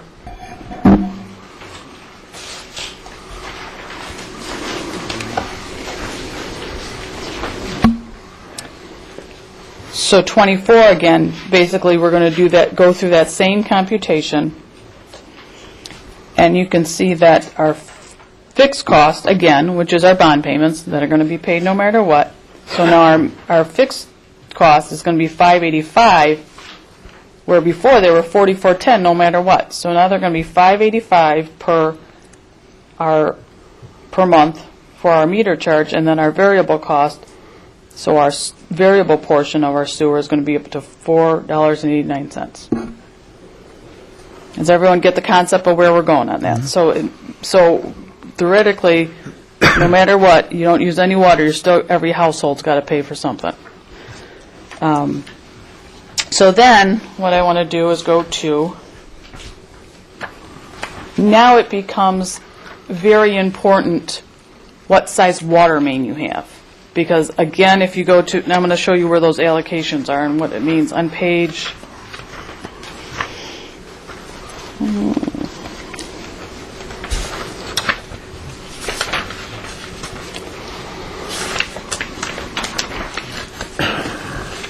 okay, if you go to page 29, this is how I derive my numbers now. If you go to page 29, is everyone there? Basically, we have 4,095 meters within the township. Of all those meters, there's 1,413 5/8 meters, 1,750 3/4 meters, 727 1-inch meters, and it goes all the way down. Does everyone see where I'm getting those numbers? Then, if you see that little chart on the right-hand side, it's telling you the flow, or what the equivalent flow for that meter is. So, again, we're going the 5/8 equals 1. The 3/4 equals 1.1. Is everyone seeing where I'm getting? So that's 1 times 1.1 times what the rate should be, 1.4 times. So you can see that this whole calculation I'm deriving up is basically the meters is what's driving this. It's driving how much revenue we need based on those meters. And what portion, because now we're saying we're going to base our rates on the AWAA standard that is proportionate based on those meters. Does everyone follow me? So what I did to hopefully on page 15, 16, and 17 is actually provide you with those calculations.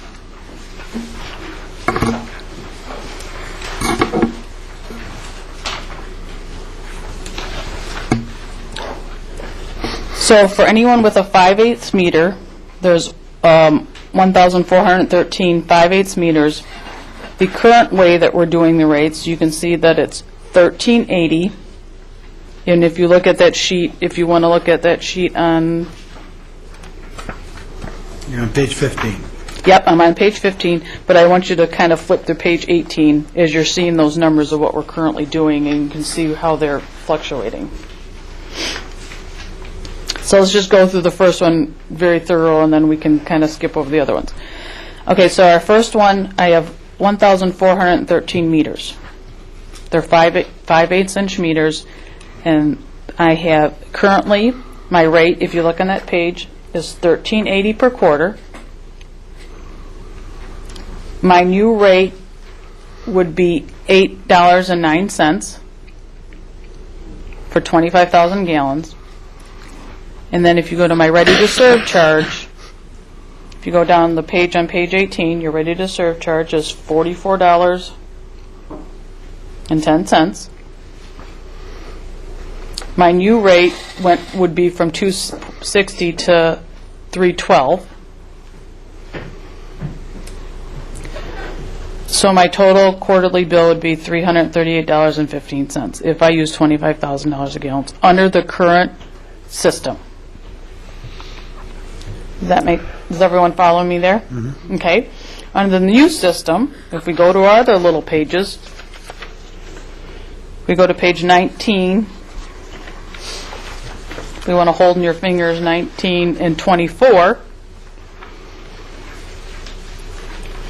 So now for that same 5-inch meter, my ready-to-serve charge is going to be $19.95 times 3.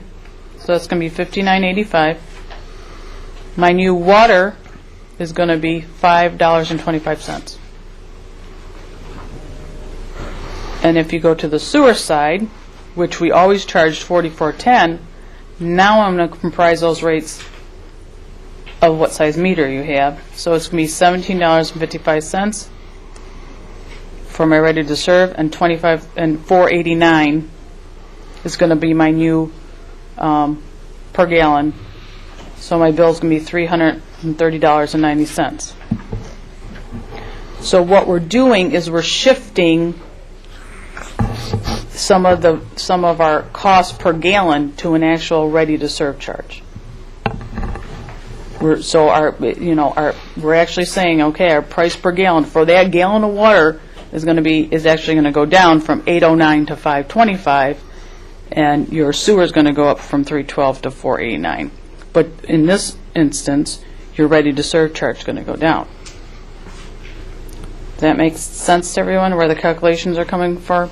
So for the 1,400 people or 1,400 meters, their rate's actually going to go down by $7.25.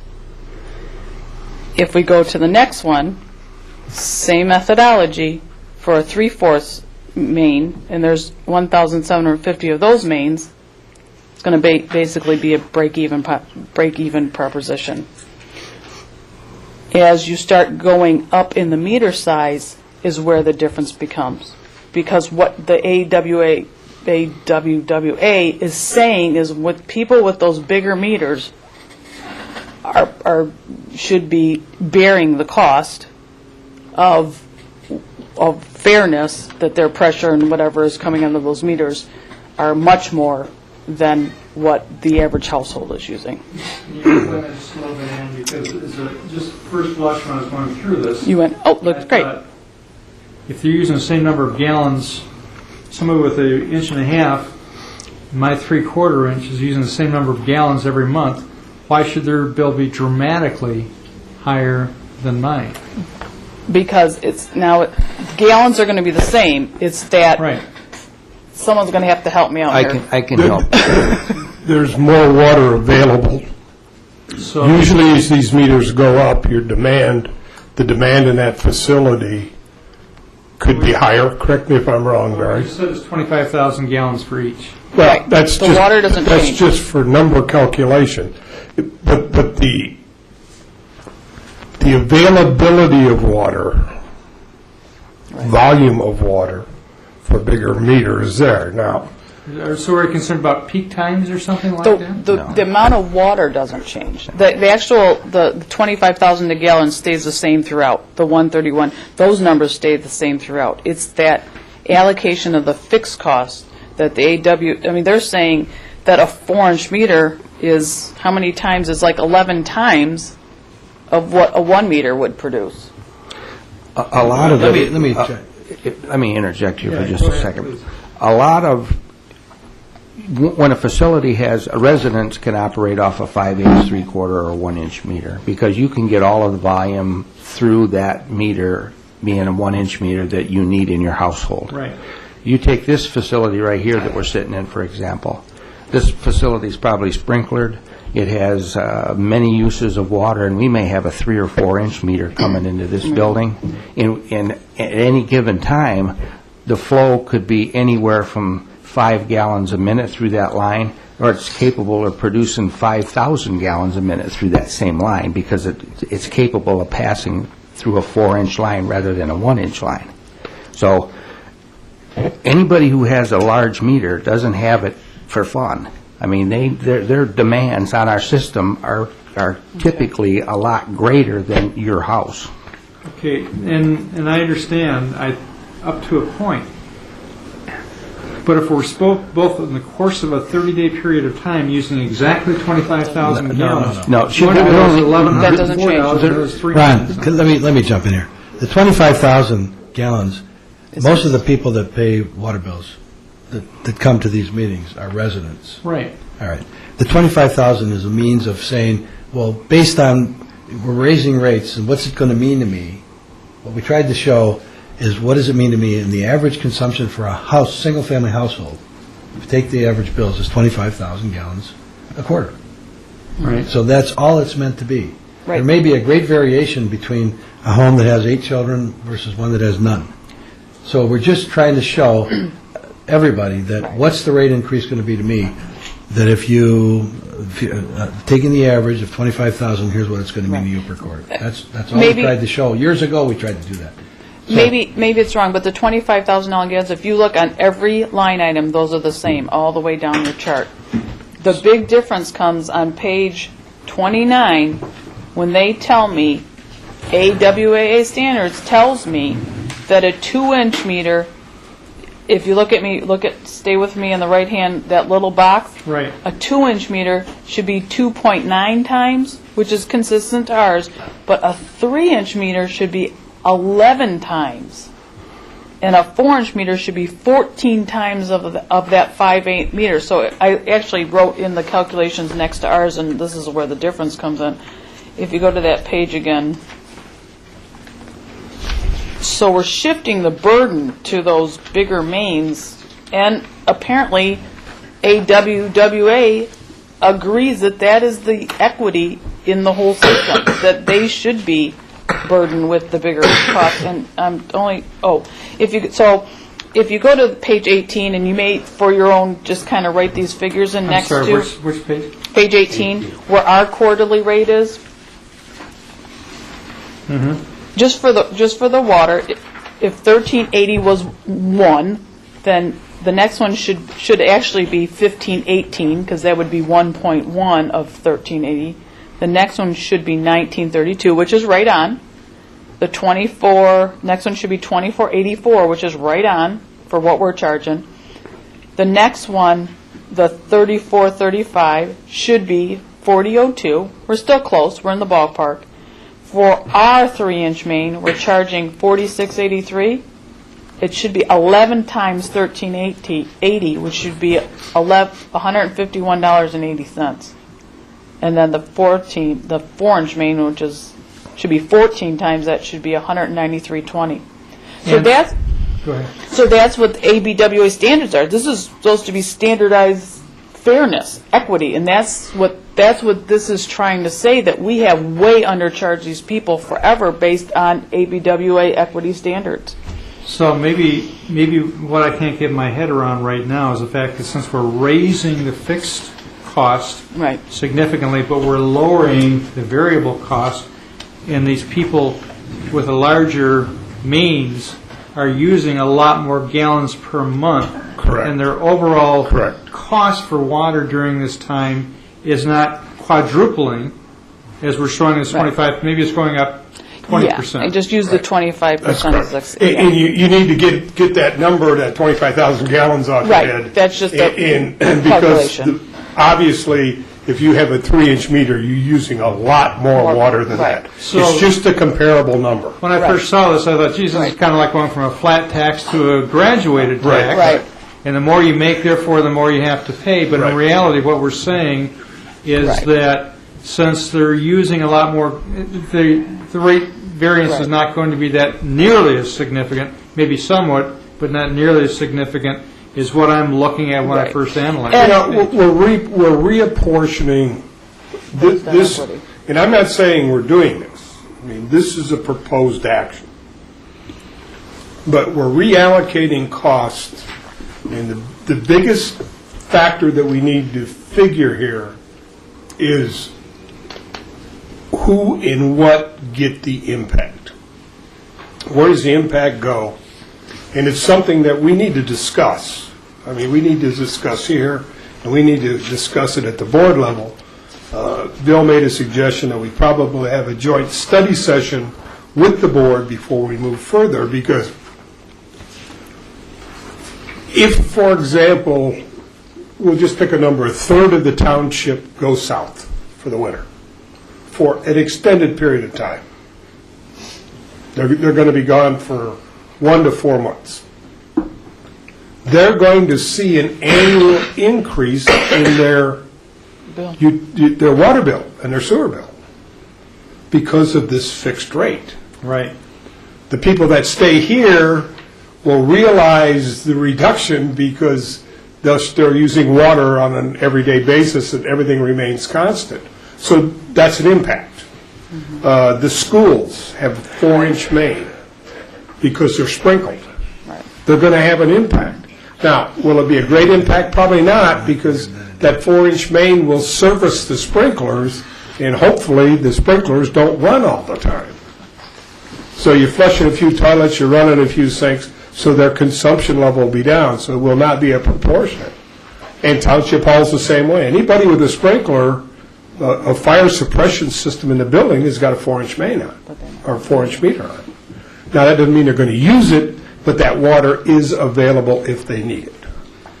Okay, I'm beginning to understand this a little bit better now, Ted. But when I first look at it, this is what we need to make sure that our residents and people understand, that it's not a matter of we're going to charge you a lot more because we think you can afford to pay it.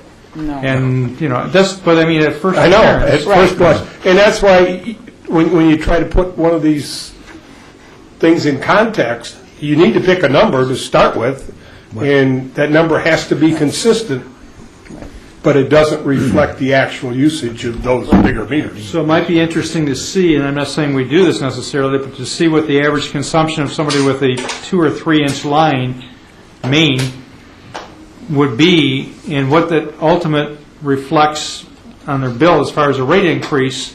We can do that. Okay. As you go forward into this packet that Ann passed out, you'll see actual users. Yeah. And we will be able to go back and trace the history of those users. That's why I'm saying this is something that we need to take another step. We're not quite there yet, but And I had a preliminary discussion a couple weeks ago with Ann on this, and I said, well, one of the things that, before I could deal with this, I needed to know is who are the people that have the larger meters, so we could see by some comparison who is going to be impacted and why they would be impacted. And what struck me, and I looked at, and first of all, I want to say I think you did a yeoman's job preparing this. You're not done yet. But I think it's timely to ask my question to solidify thinking on it. As I look at the Can I just finish up real quick? But I want to clarify it for everybody. Yep, go ahead. When I look at the 1.5 meters, I notice in that category the 1.5-inch meters, which, I don't know, there may be a couple residences that are that size, I mean, single-family residents, but there's a number of condos here. And looking at the way the condos are built, to me, there's usually 3 or 4, typically, condos to a building. And the question I have is, 1.5 meter, do they only have 1 meter in a condo building? Some do. Some only have 1 meter that serves 4 units. So here's the comparative example. We have condos that 4 families are living in. And a lot of our condos are at least 2-bedroom, and most a combination of 2 or 3-bedroom, just because they're condos, and they're paying the same rate as we are, and there might be 4 families living in there. Okay. So I hope that shows a good example of what this might achieve. I'm sorry. Right, no. And you want to finish, and then we'll... No, that's okay. And so I just want to let you know that, okay, so when we go down to 3 meter, here's your big, obviously your big, huge difference. There's 24 meters, and then when you go to the 4-inch meter, there's 9 meters. And it was interesting, and that's why I put those behind you. So if you look at pages...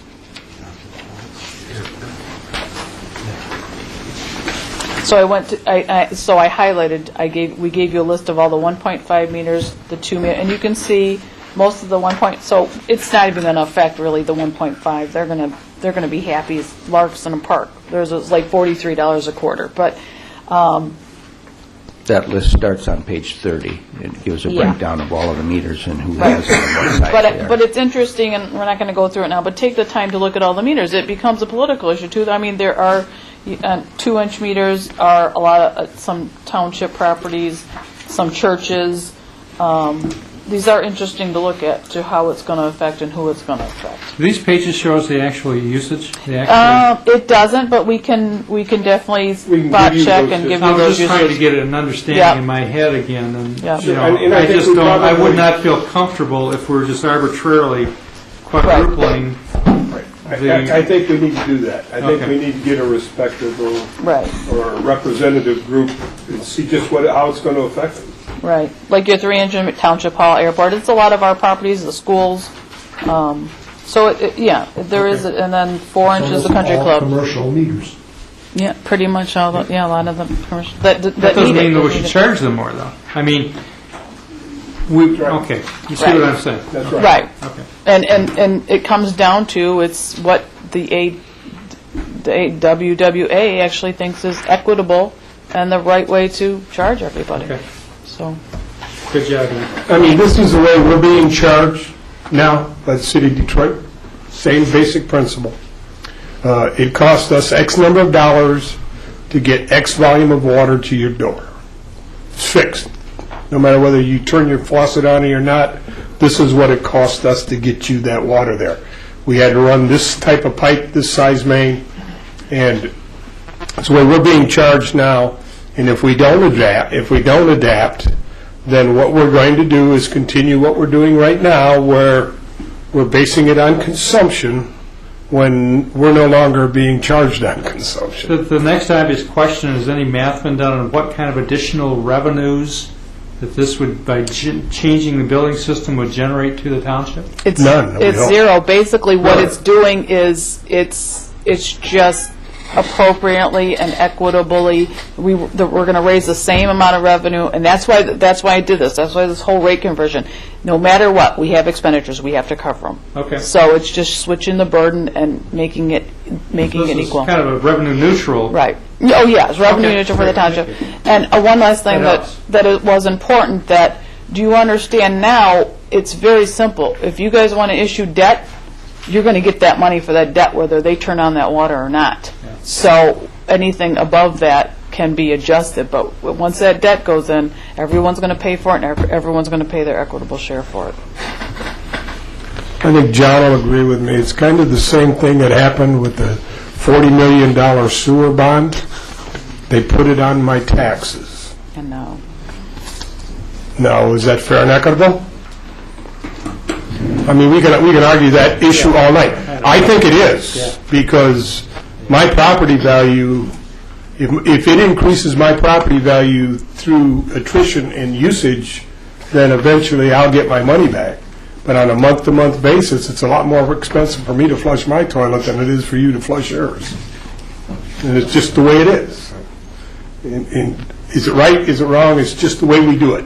And we have to pick a way, and I think we're probably in the right direction here. Needs a little work yet, I think. And it needs a little publicity, too, because some people are going to be affected. Oh, sure. And we need to get them on All board. right, Ann, are you done with your presentation? Yep, if you guys don't have any questions. Other questions for Van? and peace, Or comments additional? John, you had a I comment. have a question for Les. He's our meter expert. So if you look at page 29, all the way to the right, there's the chart. It would be impossible to follow this discussion in the television audience because there's too much Right. information, too much reference. But if I just look at this chart, I go all the way to the right, the meter size, the first 3 sizes of meters, and I'm not trying to lead you, you have an open answer here. But where do the households fall within this chart?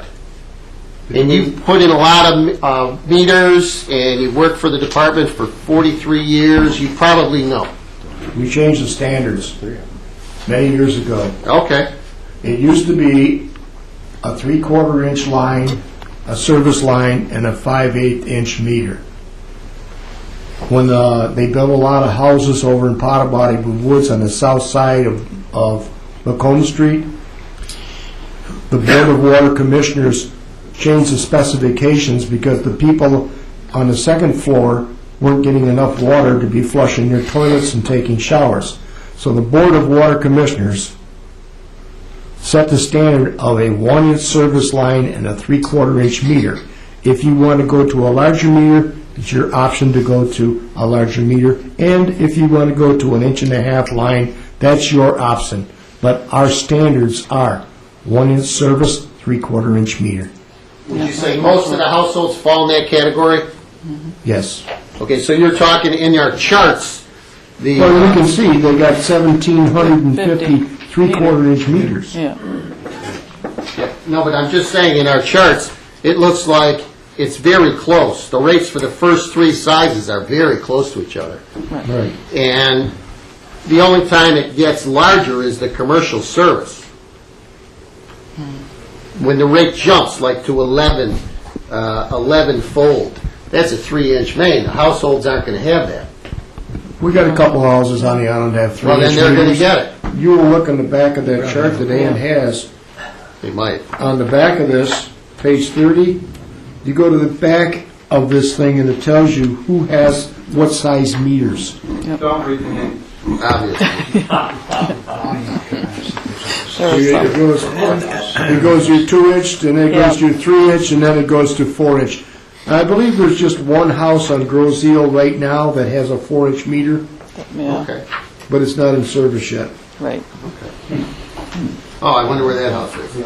So really, the rates for the households on the island are going to be very close, almost regardless of what their meter size is. They're But gonna be John, it very doesn't close. necessarily, that's why I wanted the clarification, because it doesn't make it right that we should therefore put it to the big guy or put it to the business. So, but Ann answered my question, as did Ted, and the fact that this is revenue neutral, and actually because they're consuming a lot more gallons, and the rate per 1,000 gallons is a lot less under this new system, they're not that affected, not nearly as bad as first assumption might be. So we don't want to sit here and make it sound like, let's put it to them because there's not very I don't many mean of to them. do that, but when I look at it, it's kind of like an 8-cylinder car and a 4-cylinder car. The price of the Bad gas, well, I think it is, because the price of the gas that's used is going to be whatever the fixed amount is. Right. And it seems to me that the 8-cylinder car might be more expensive to operate under fewer miles. So that's kind of what happens here. There's no perfect answer. The real linchpin here is the city of Detroit has gone to $43,000 Yep. fixed cost. That's a month. Yep. And so they raised it significantly. You can presume they're going to raise it again. Sure. They're So- trying to get to 75% of the total volume. I think. So somehow, you're going to have to lay that fixed cost off, and it's really out of our control. Right. All right, so Ann, I think you did a wonderful job, and you did what I asked. I think it's a great report. The next item on the agenda is to actually raise the water sewer rates. So I just want to lay some groundwork here, for my opinion. Thank you. So the groundwork I wanted to lay, for my opinion, is I've been looking at this and thinking about it for a couple weeks since we first talked. And when I saw the volume of data here, anything that this commission does is advisory. And this report would have to go to put the rates in effect, would have to go to the township board. My feeling on it is that I think we need to sit down at some future date with the township board and have a study session on this and maybe some other of our issues. So, I don't know, I'm assuming from the comments, I haven't heard too many negative comments, that I, for one, would like to move to this variable rate structure. The question is when. And tonight, based on our budget and the fact that we didn't increase water and sewer rates last year, I feel we should move forward with the rate increase that Ann outlined on, what page, Ann? Oh, just the first one? Report. It's a long time ago. It's a blended rate. It's on 39, it's in the next action item. It's an action item. Right. Oh, yeah. But she has that... It's the page 4, if you wanted to continue to do business as usual, it's the top page of 14, so we'd raise the... 14? Yep. We'd raise the water consumption from 722 to 809. Okay, and then so 260. page 14. So here's my thought. We need to deal with water and sewer rate increase. I'm in favor of moving forward with it.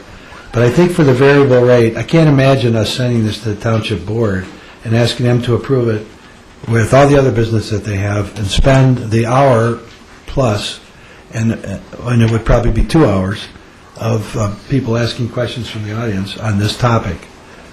So I think in fairness to the board, I'm going to throw out that I would recommend that we consider item number 5, that we take up the water and sewer rate increase, move it forward depending on how you all feel, and that regarding this variable rate, I'd like to see us express interest in it so that we could arrange for that to go to the board, and whether we do it 6 months from now, change the structure, or a year from now, that we consider it in the future. But it's a very complicated issue. So those are kind of my thoughts, and I throw that out there so that you can move forward with this. So what do you want to do, leave the rates the same right now for further consideration at a later date?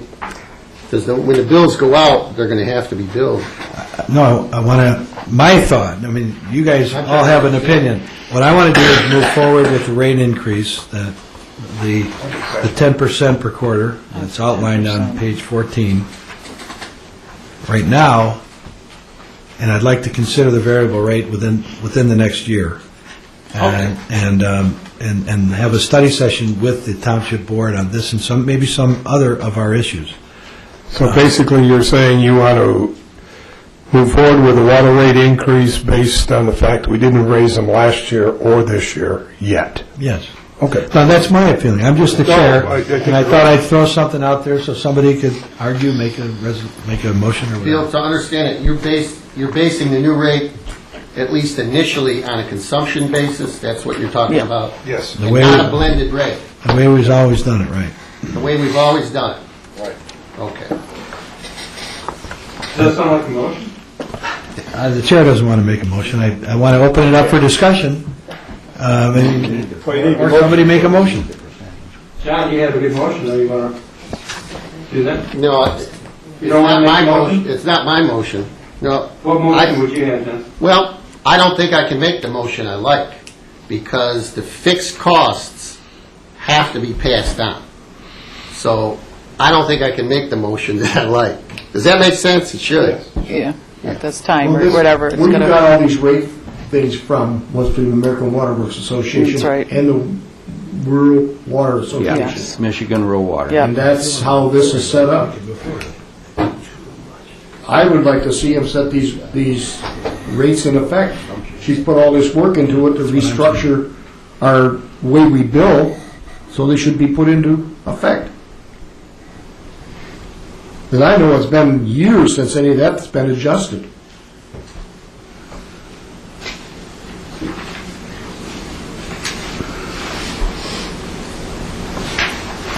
So we're really, page 39 of our packet is the motion to recommend the township authorize adjustment of water and sewer rates as of April 1st, and be retroactive.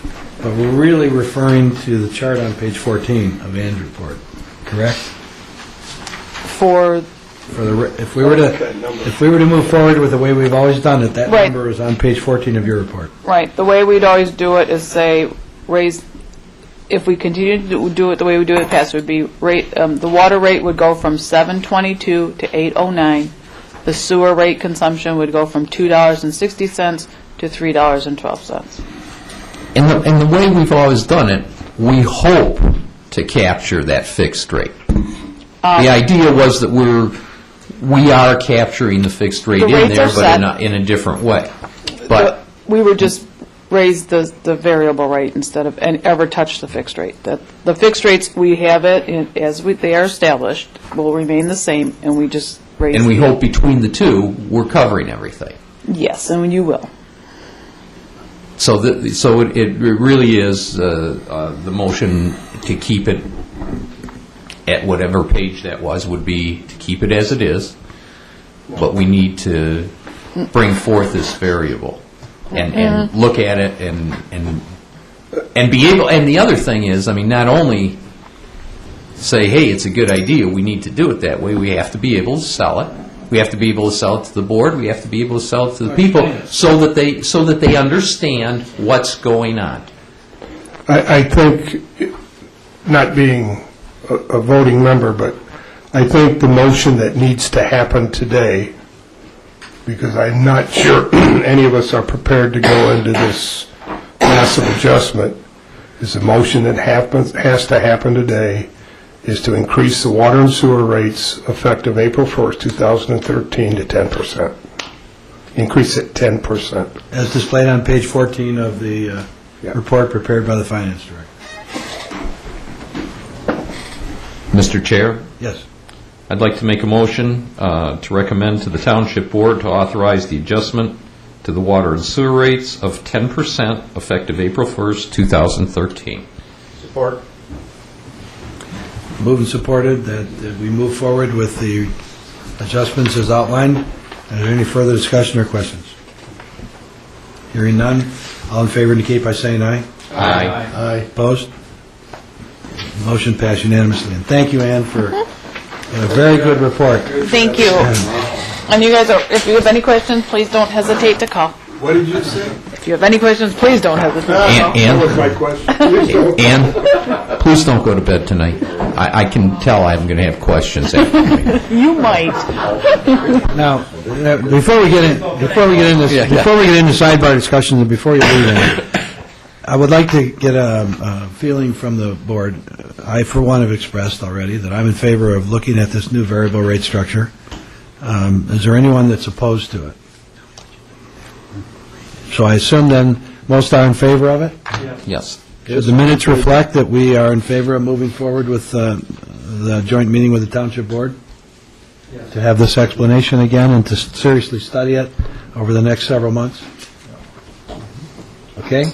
The minutes will reflect that so that we know where we're headed, okay? I think it's a good job and good report. I think it seems to be more equitable, too. Okay, moving on. The dust control, Barry?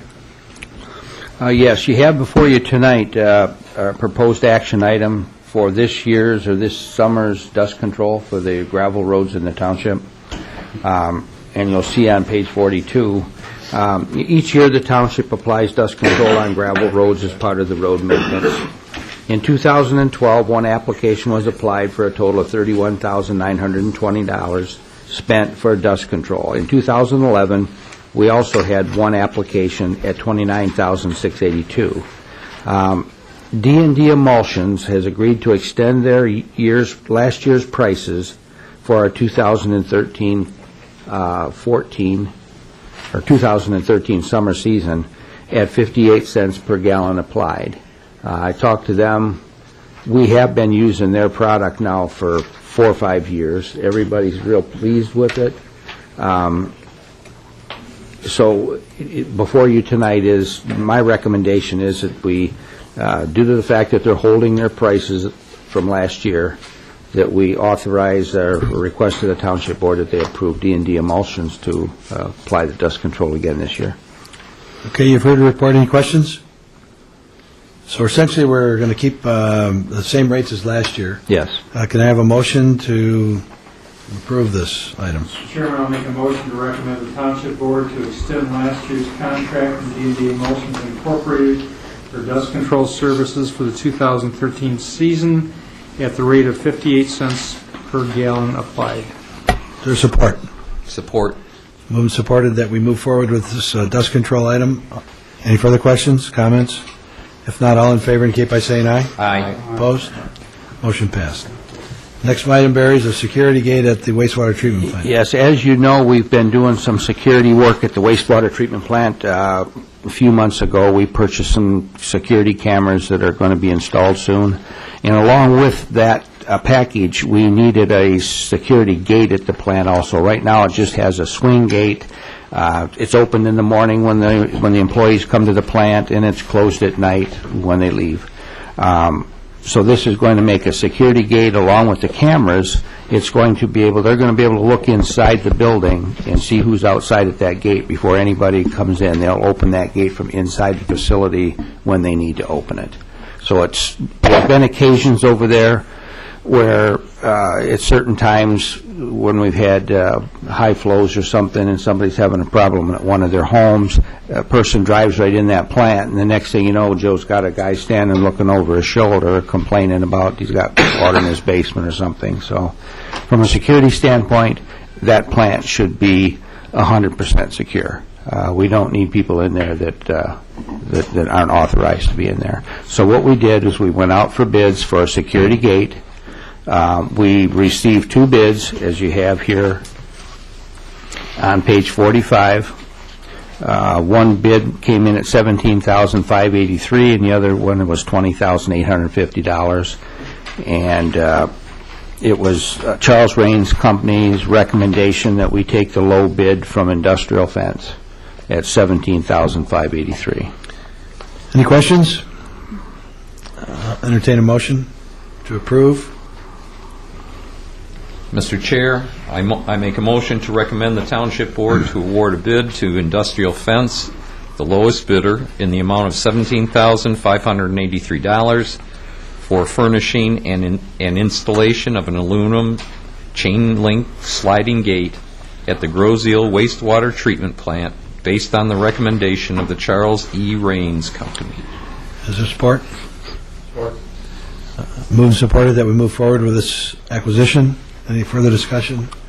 All in favor indicate by saying aye. Aye. Opposed? Motion passed. Motion to approve the Park Lane to Horse Mill water main extension that we looked at earlier today. And you have a cost estimate for $116,298. Everybody saw that. It's really just closing out a loop on Park Lane in the vicinity of Horse Mill. Mr. Chairman, I'll make a motion to go out for bid on this water main extension to eliminate that dead end on Park Lane. I'll support that. That's the motion you want? Go out to bid? That's fine, yeah. Okay. Moved and supported that we proceed with this project. Go out to bid. Any further discussion? All in favor indicate by saying aye. Aye. Motion passed. Next item is to extend contract prices from last year's cement contractor for repair of concrete pavement from the G&V Cement Company. I know Barry's talked to them, and they've given us a letter indicating Yes. they'll hold their prices. Yes, they have. G&V Cement was the contractor that we used last year. Myself and the engineer, Raines Company, was very satisfied with their work. And we talked to them this spring, and they agreed to hold their last year's prices for any work that we wanted done this year. So that's basically what you have in front of you. So we have to accept their proposal, and this would go to the Township Board. Yes, just motion to extend their contract for another Motion to season. extend their contract. Can I have a motion, please? Mr. Chair, I make a motion to recommend to the Township Board to extend GV Cement Contracting Company's contract for concrete pavement repair for the 2013 season. Is there support? Support. Any further discussion? Hearing none, all in favor indicate by saying aye. Aye. Opposed? You have that recommendation to go forward. Okay, that's it on our formal agenda. Dale, you're here. Is there anything you want to comment? You got 3 minutes. I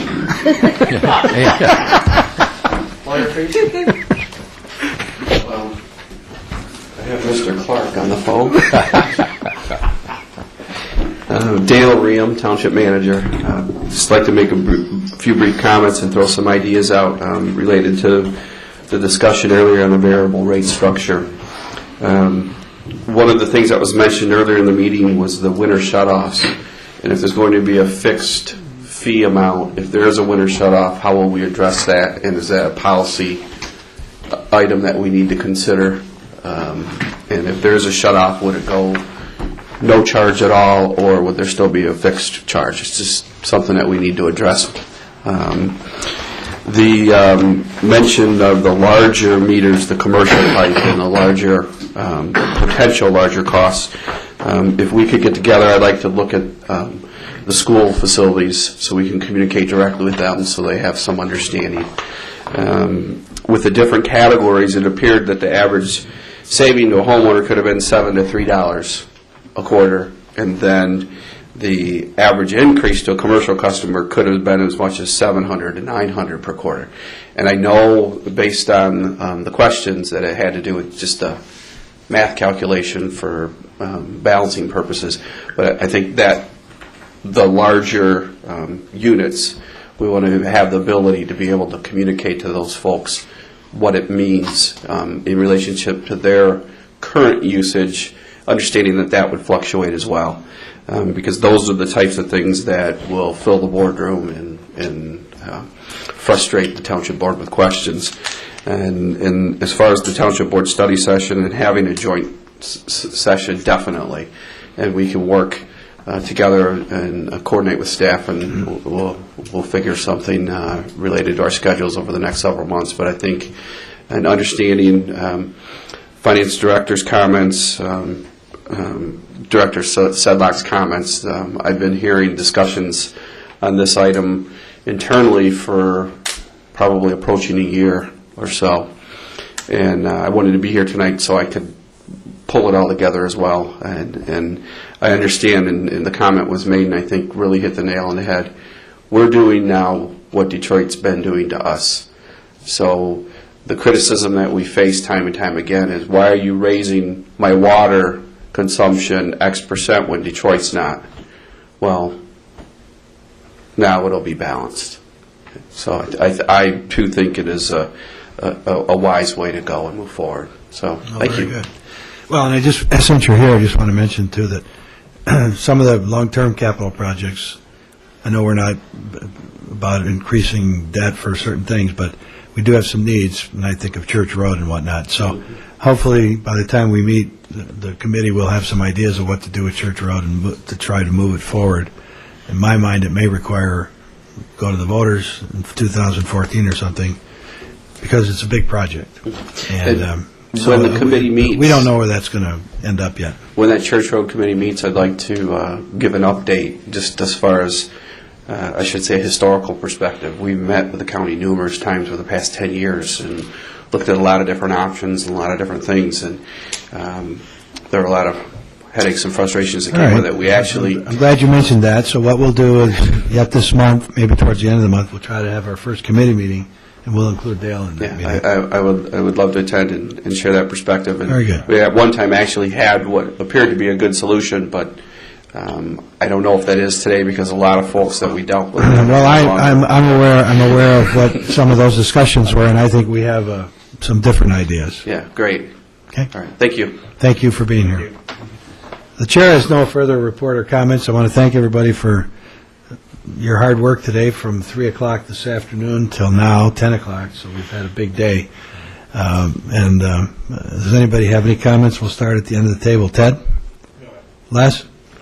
The only thing I would like to say, and on Dale left, is we ought to look at our tapping fees. Those tapping fees have not been raised in years. My personal feeling is those tapping fees should double. They haven't been raised since 1997. I know it. And when Eddie Phillips was a manager, we talked to a person out in Pittsfield Township, and he told us what they were paying to tap the water main to build condos. And I mean, it was something like $20,000 for an 1.5-inch line. And we haven't done anything. I think we ought to look into some of the tapping fees that are in this area. And like my recommendation would be to double them. You're right, they need to be reviewed. In fact, all of our fees that involve the Department of Public Services need to be reviewed, because they haven't been upgraded. Well, that's a very good point, Les. I haven't even thought about it. So. I hope you guys don't regret putting me on this commission. Absolutely. I've been dealing with that myself, but tap fees, connection fees, and so forth for water and sewer. I'd like to see what all those fees are. I hadn't even thought about it. So. That's all I have. That's very good. Phil? No comment. John? Bill, I thought of one thing. I recently learned that Jim Morris Sr. suffered the death of his wife and his family, and he had been DPW member of this commission for many, many years, chairman for I don't even know how long, and my sympathy and certainly our sympathy should go out to Jim Morris Sr. and his family, and that's all I have to say. Well, we'll certainly support that. I never met the gentleman, but your expression is appropriate. Thank you, John. No comment. Jim? Ron? I'd just like to say I really appreciate Ann's presentation, and Ted, your input. It really helped me tremendously. When I went through this, I was just shaking my head and couldn't figure it out. And you really helped bring it together tonight, so thank you. Jim Budney? I have nothing left to say today. Staff? I'd cough for you, but... We'll entertain a motion to adjourn. I make a motion, we adjourn this meeting. Support. All in favor indicate by saying aye. Aye. Thank you. The meeting's adjourned.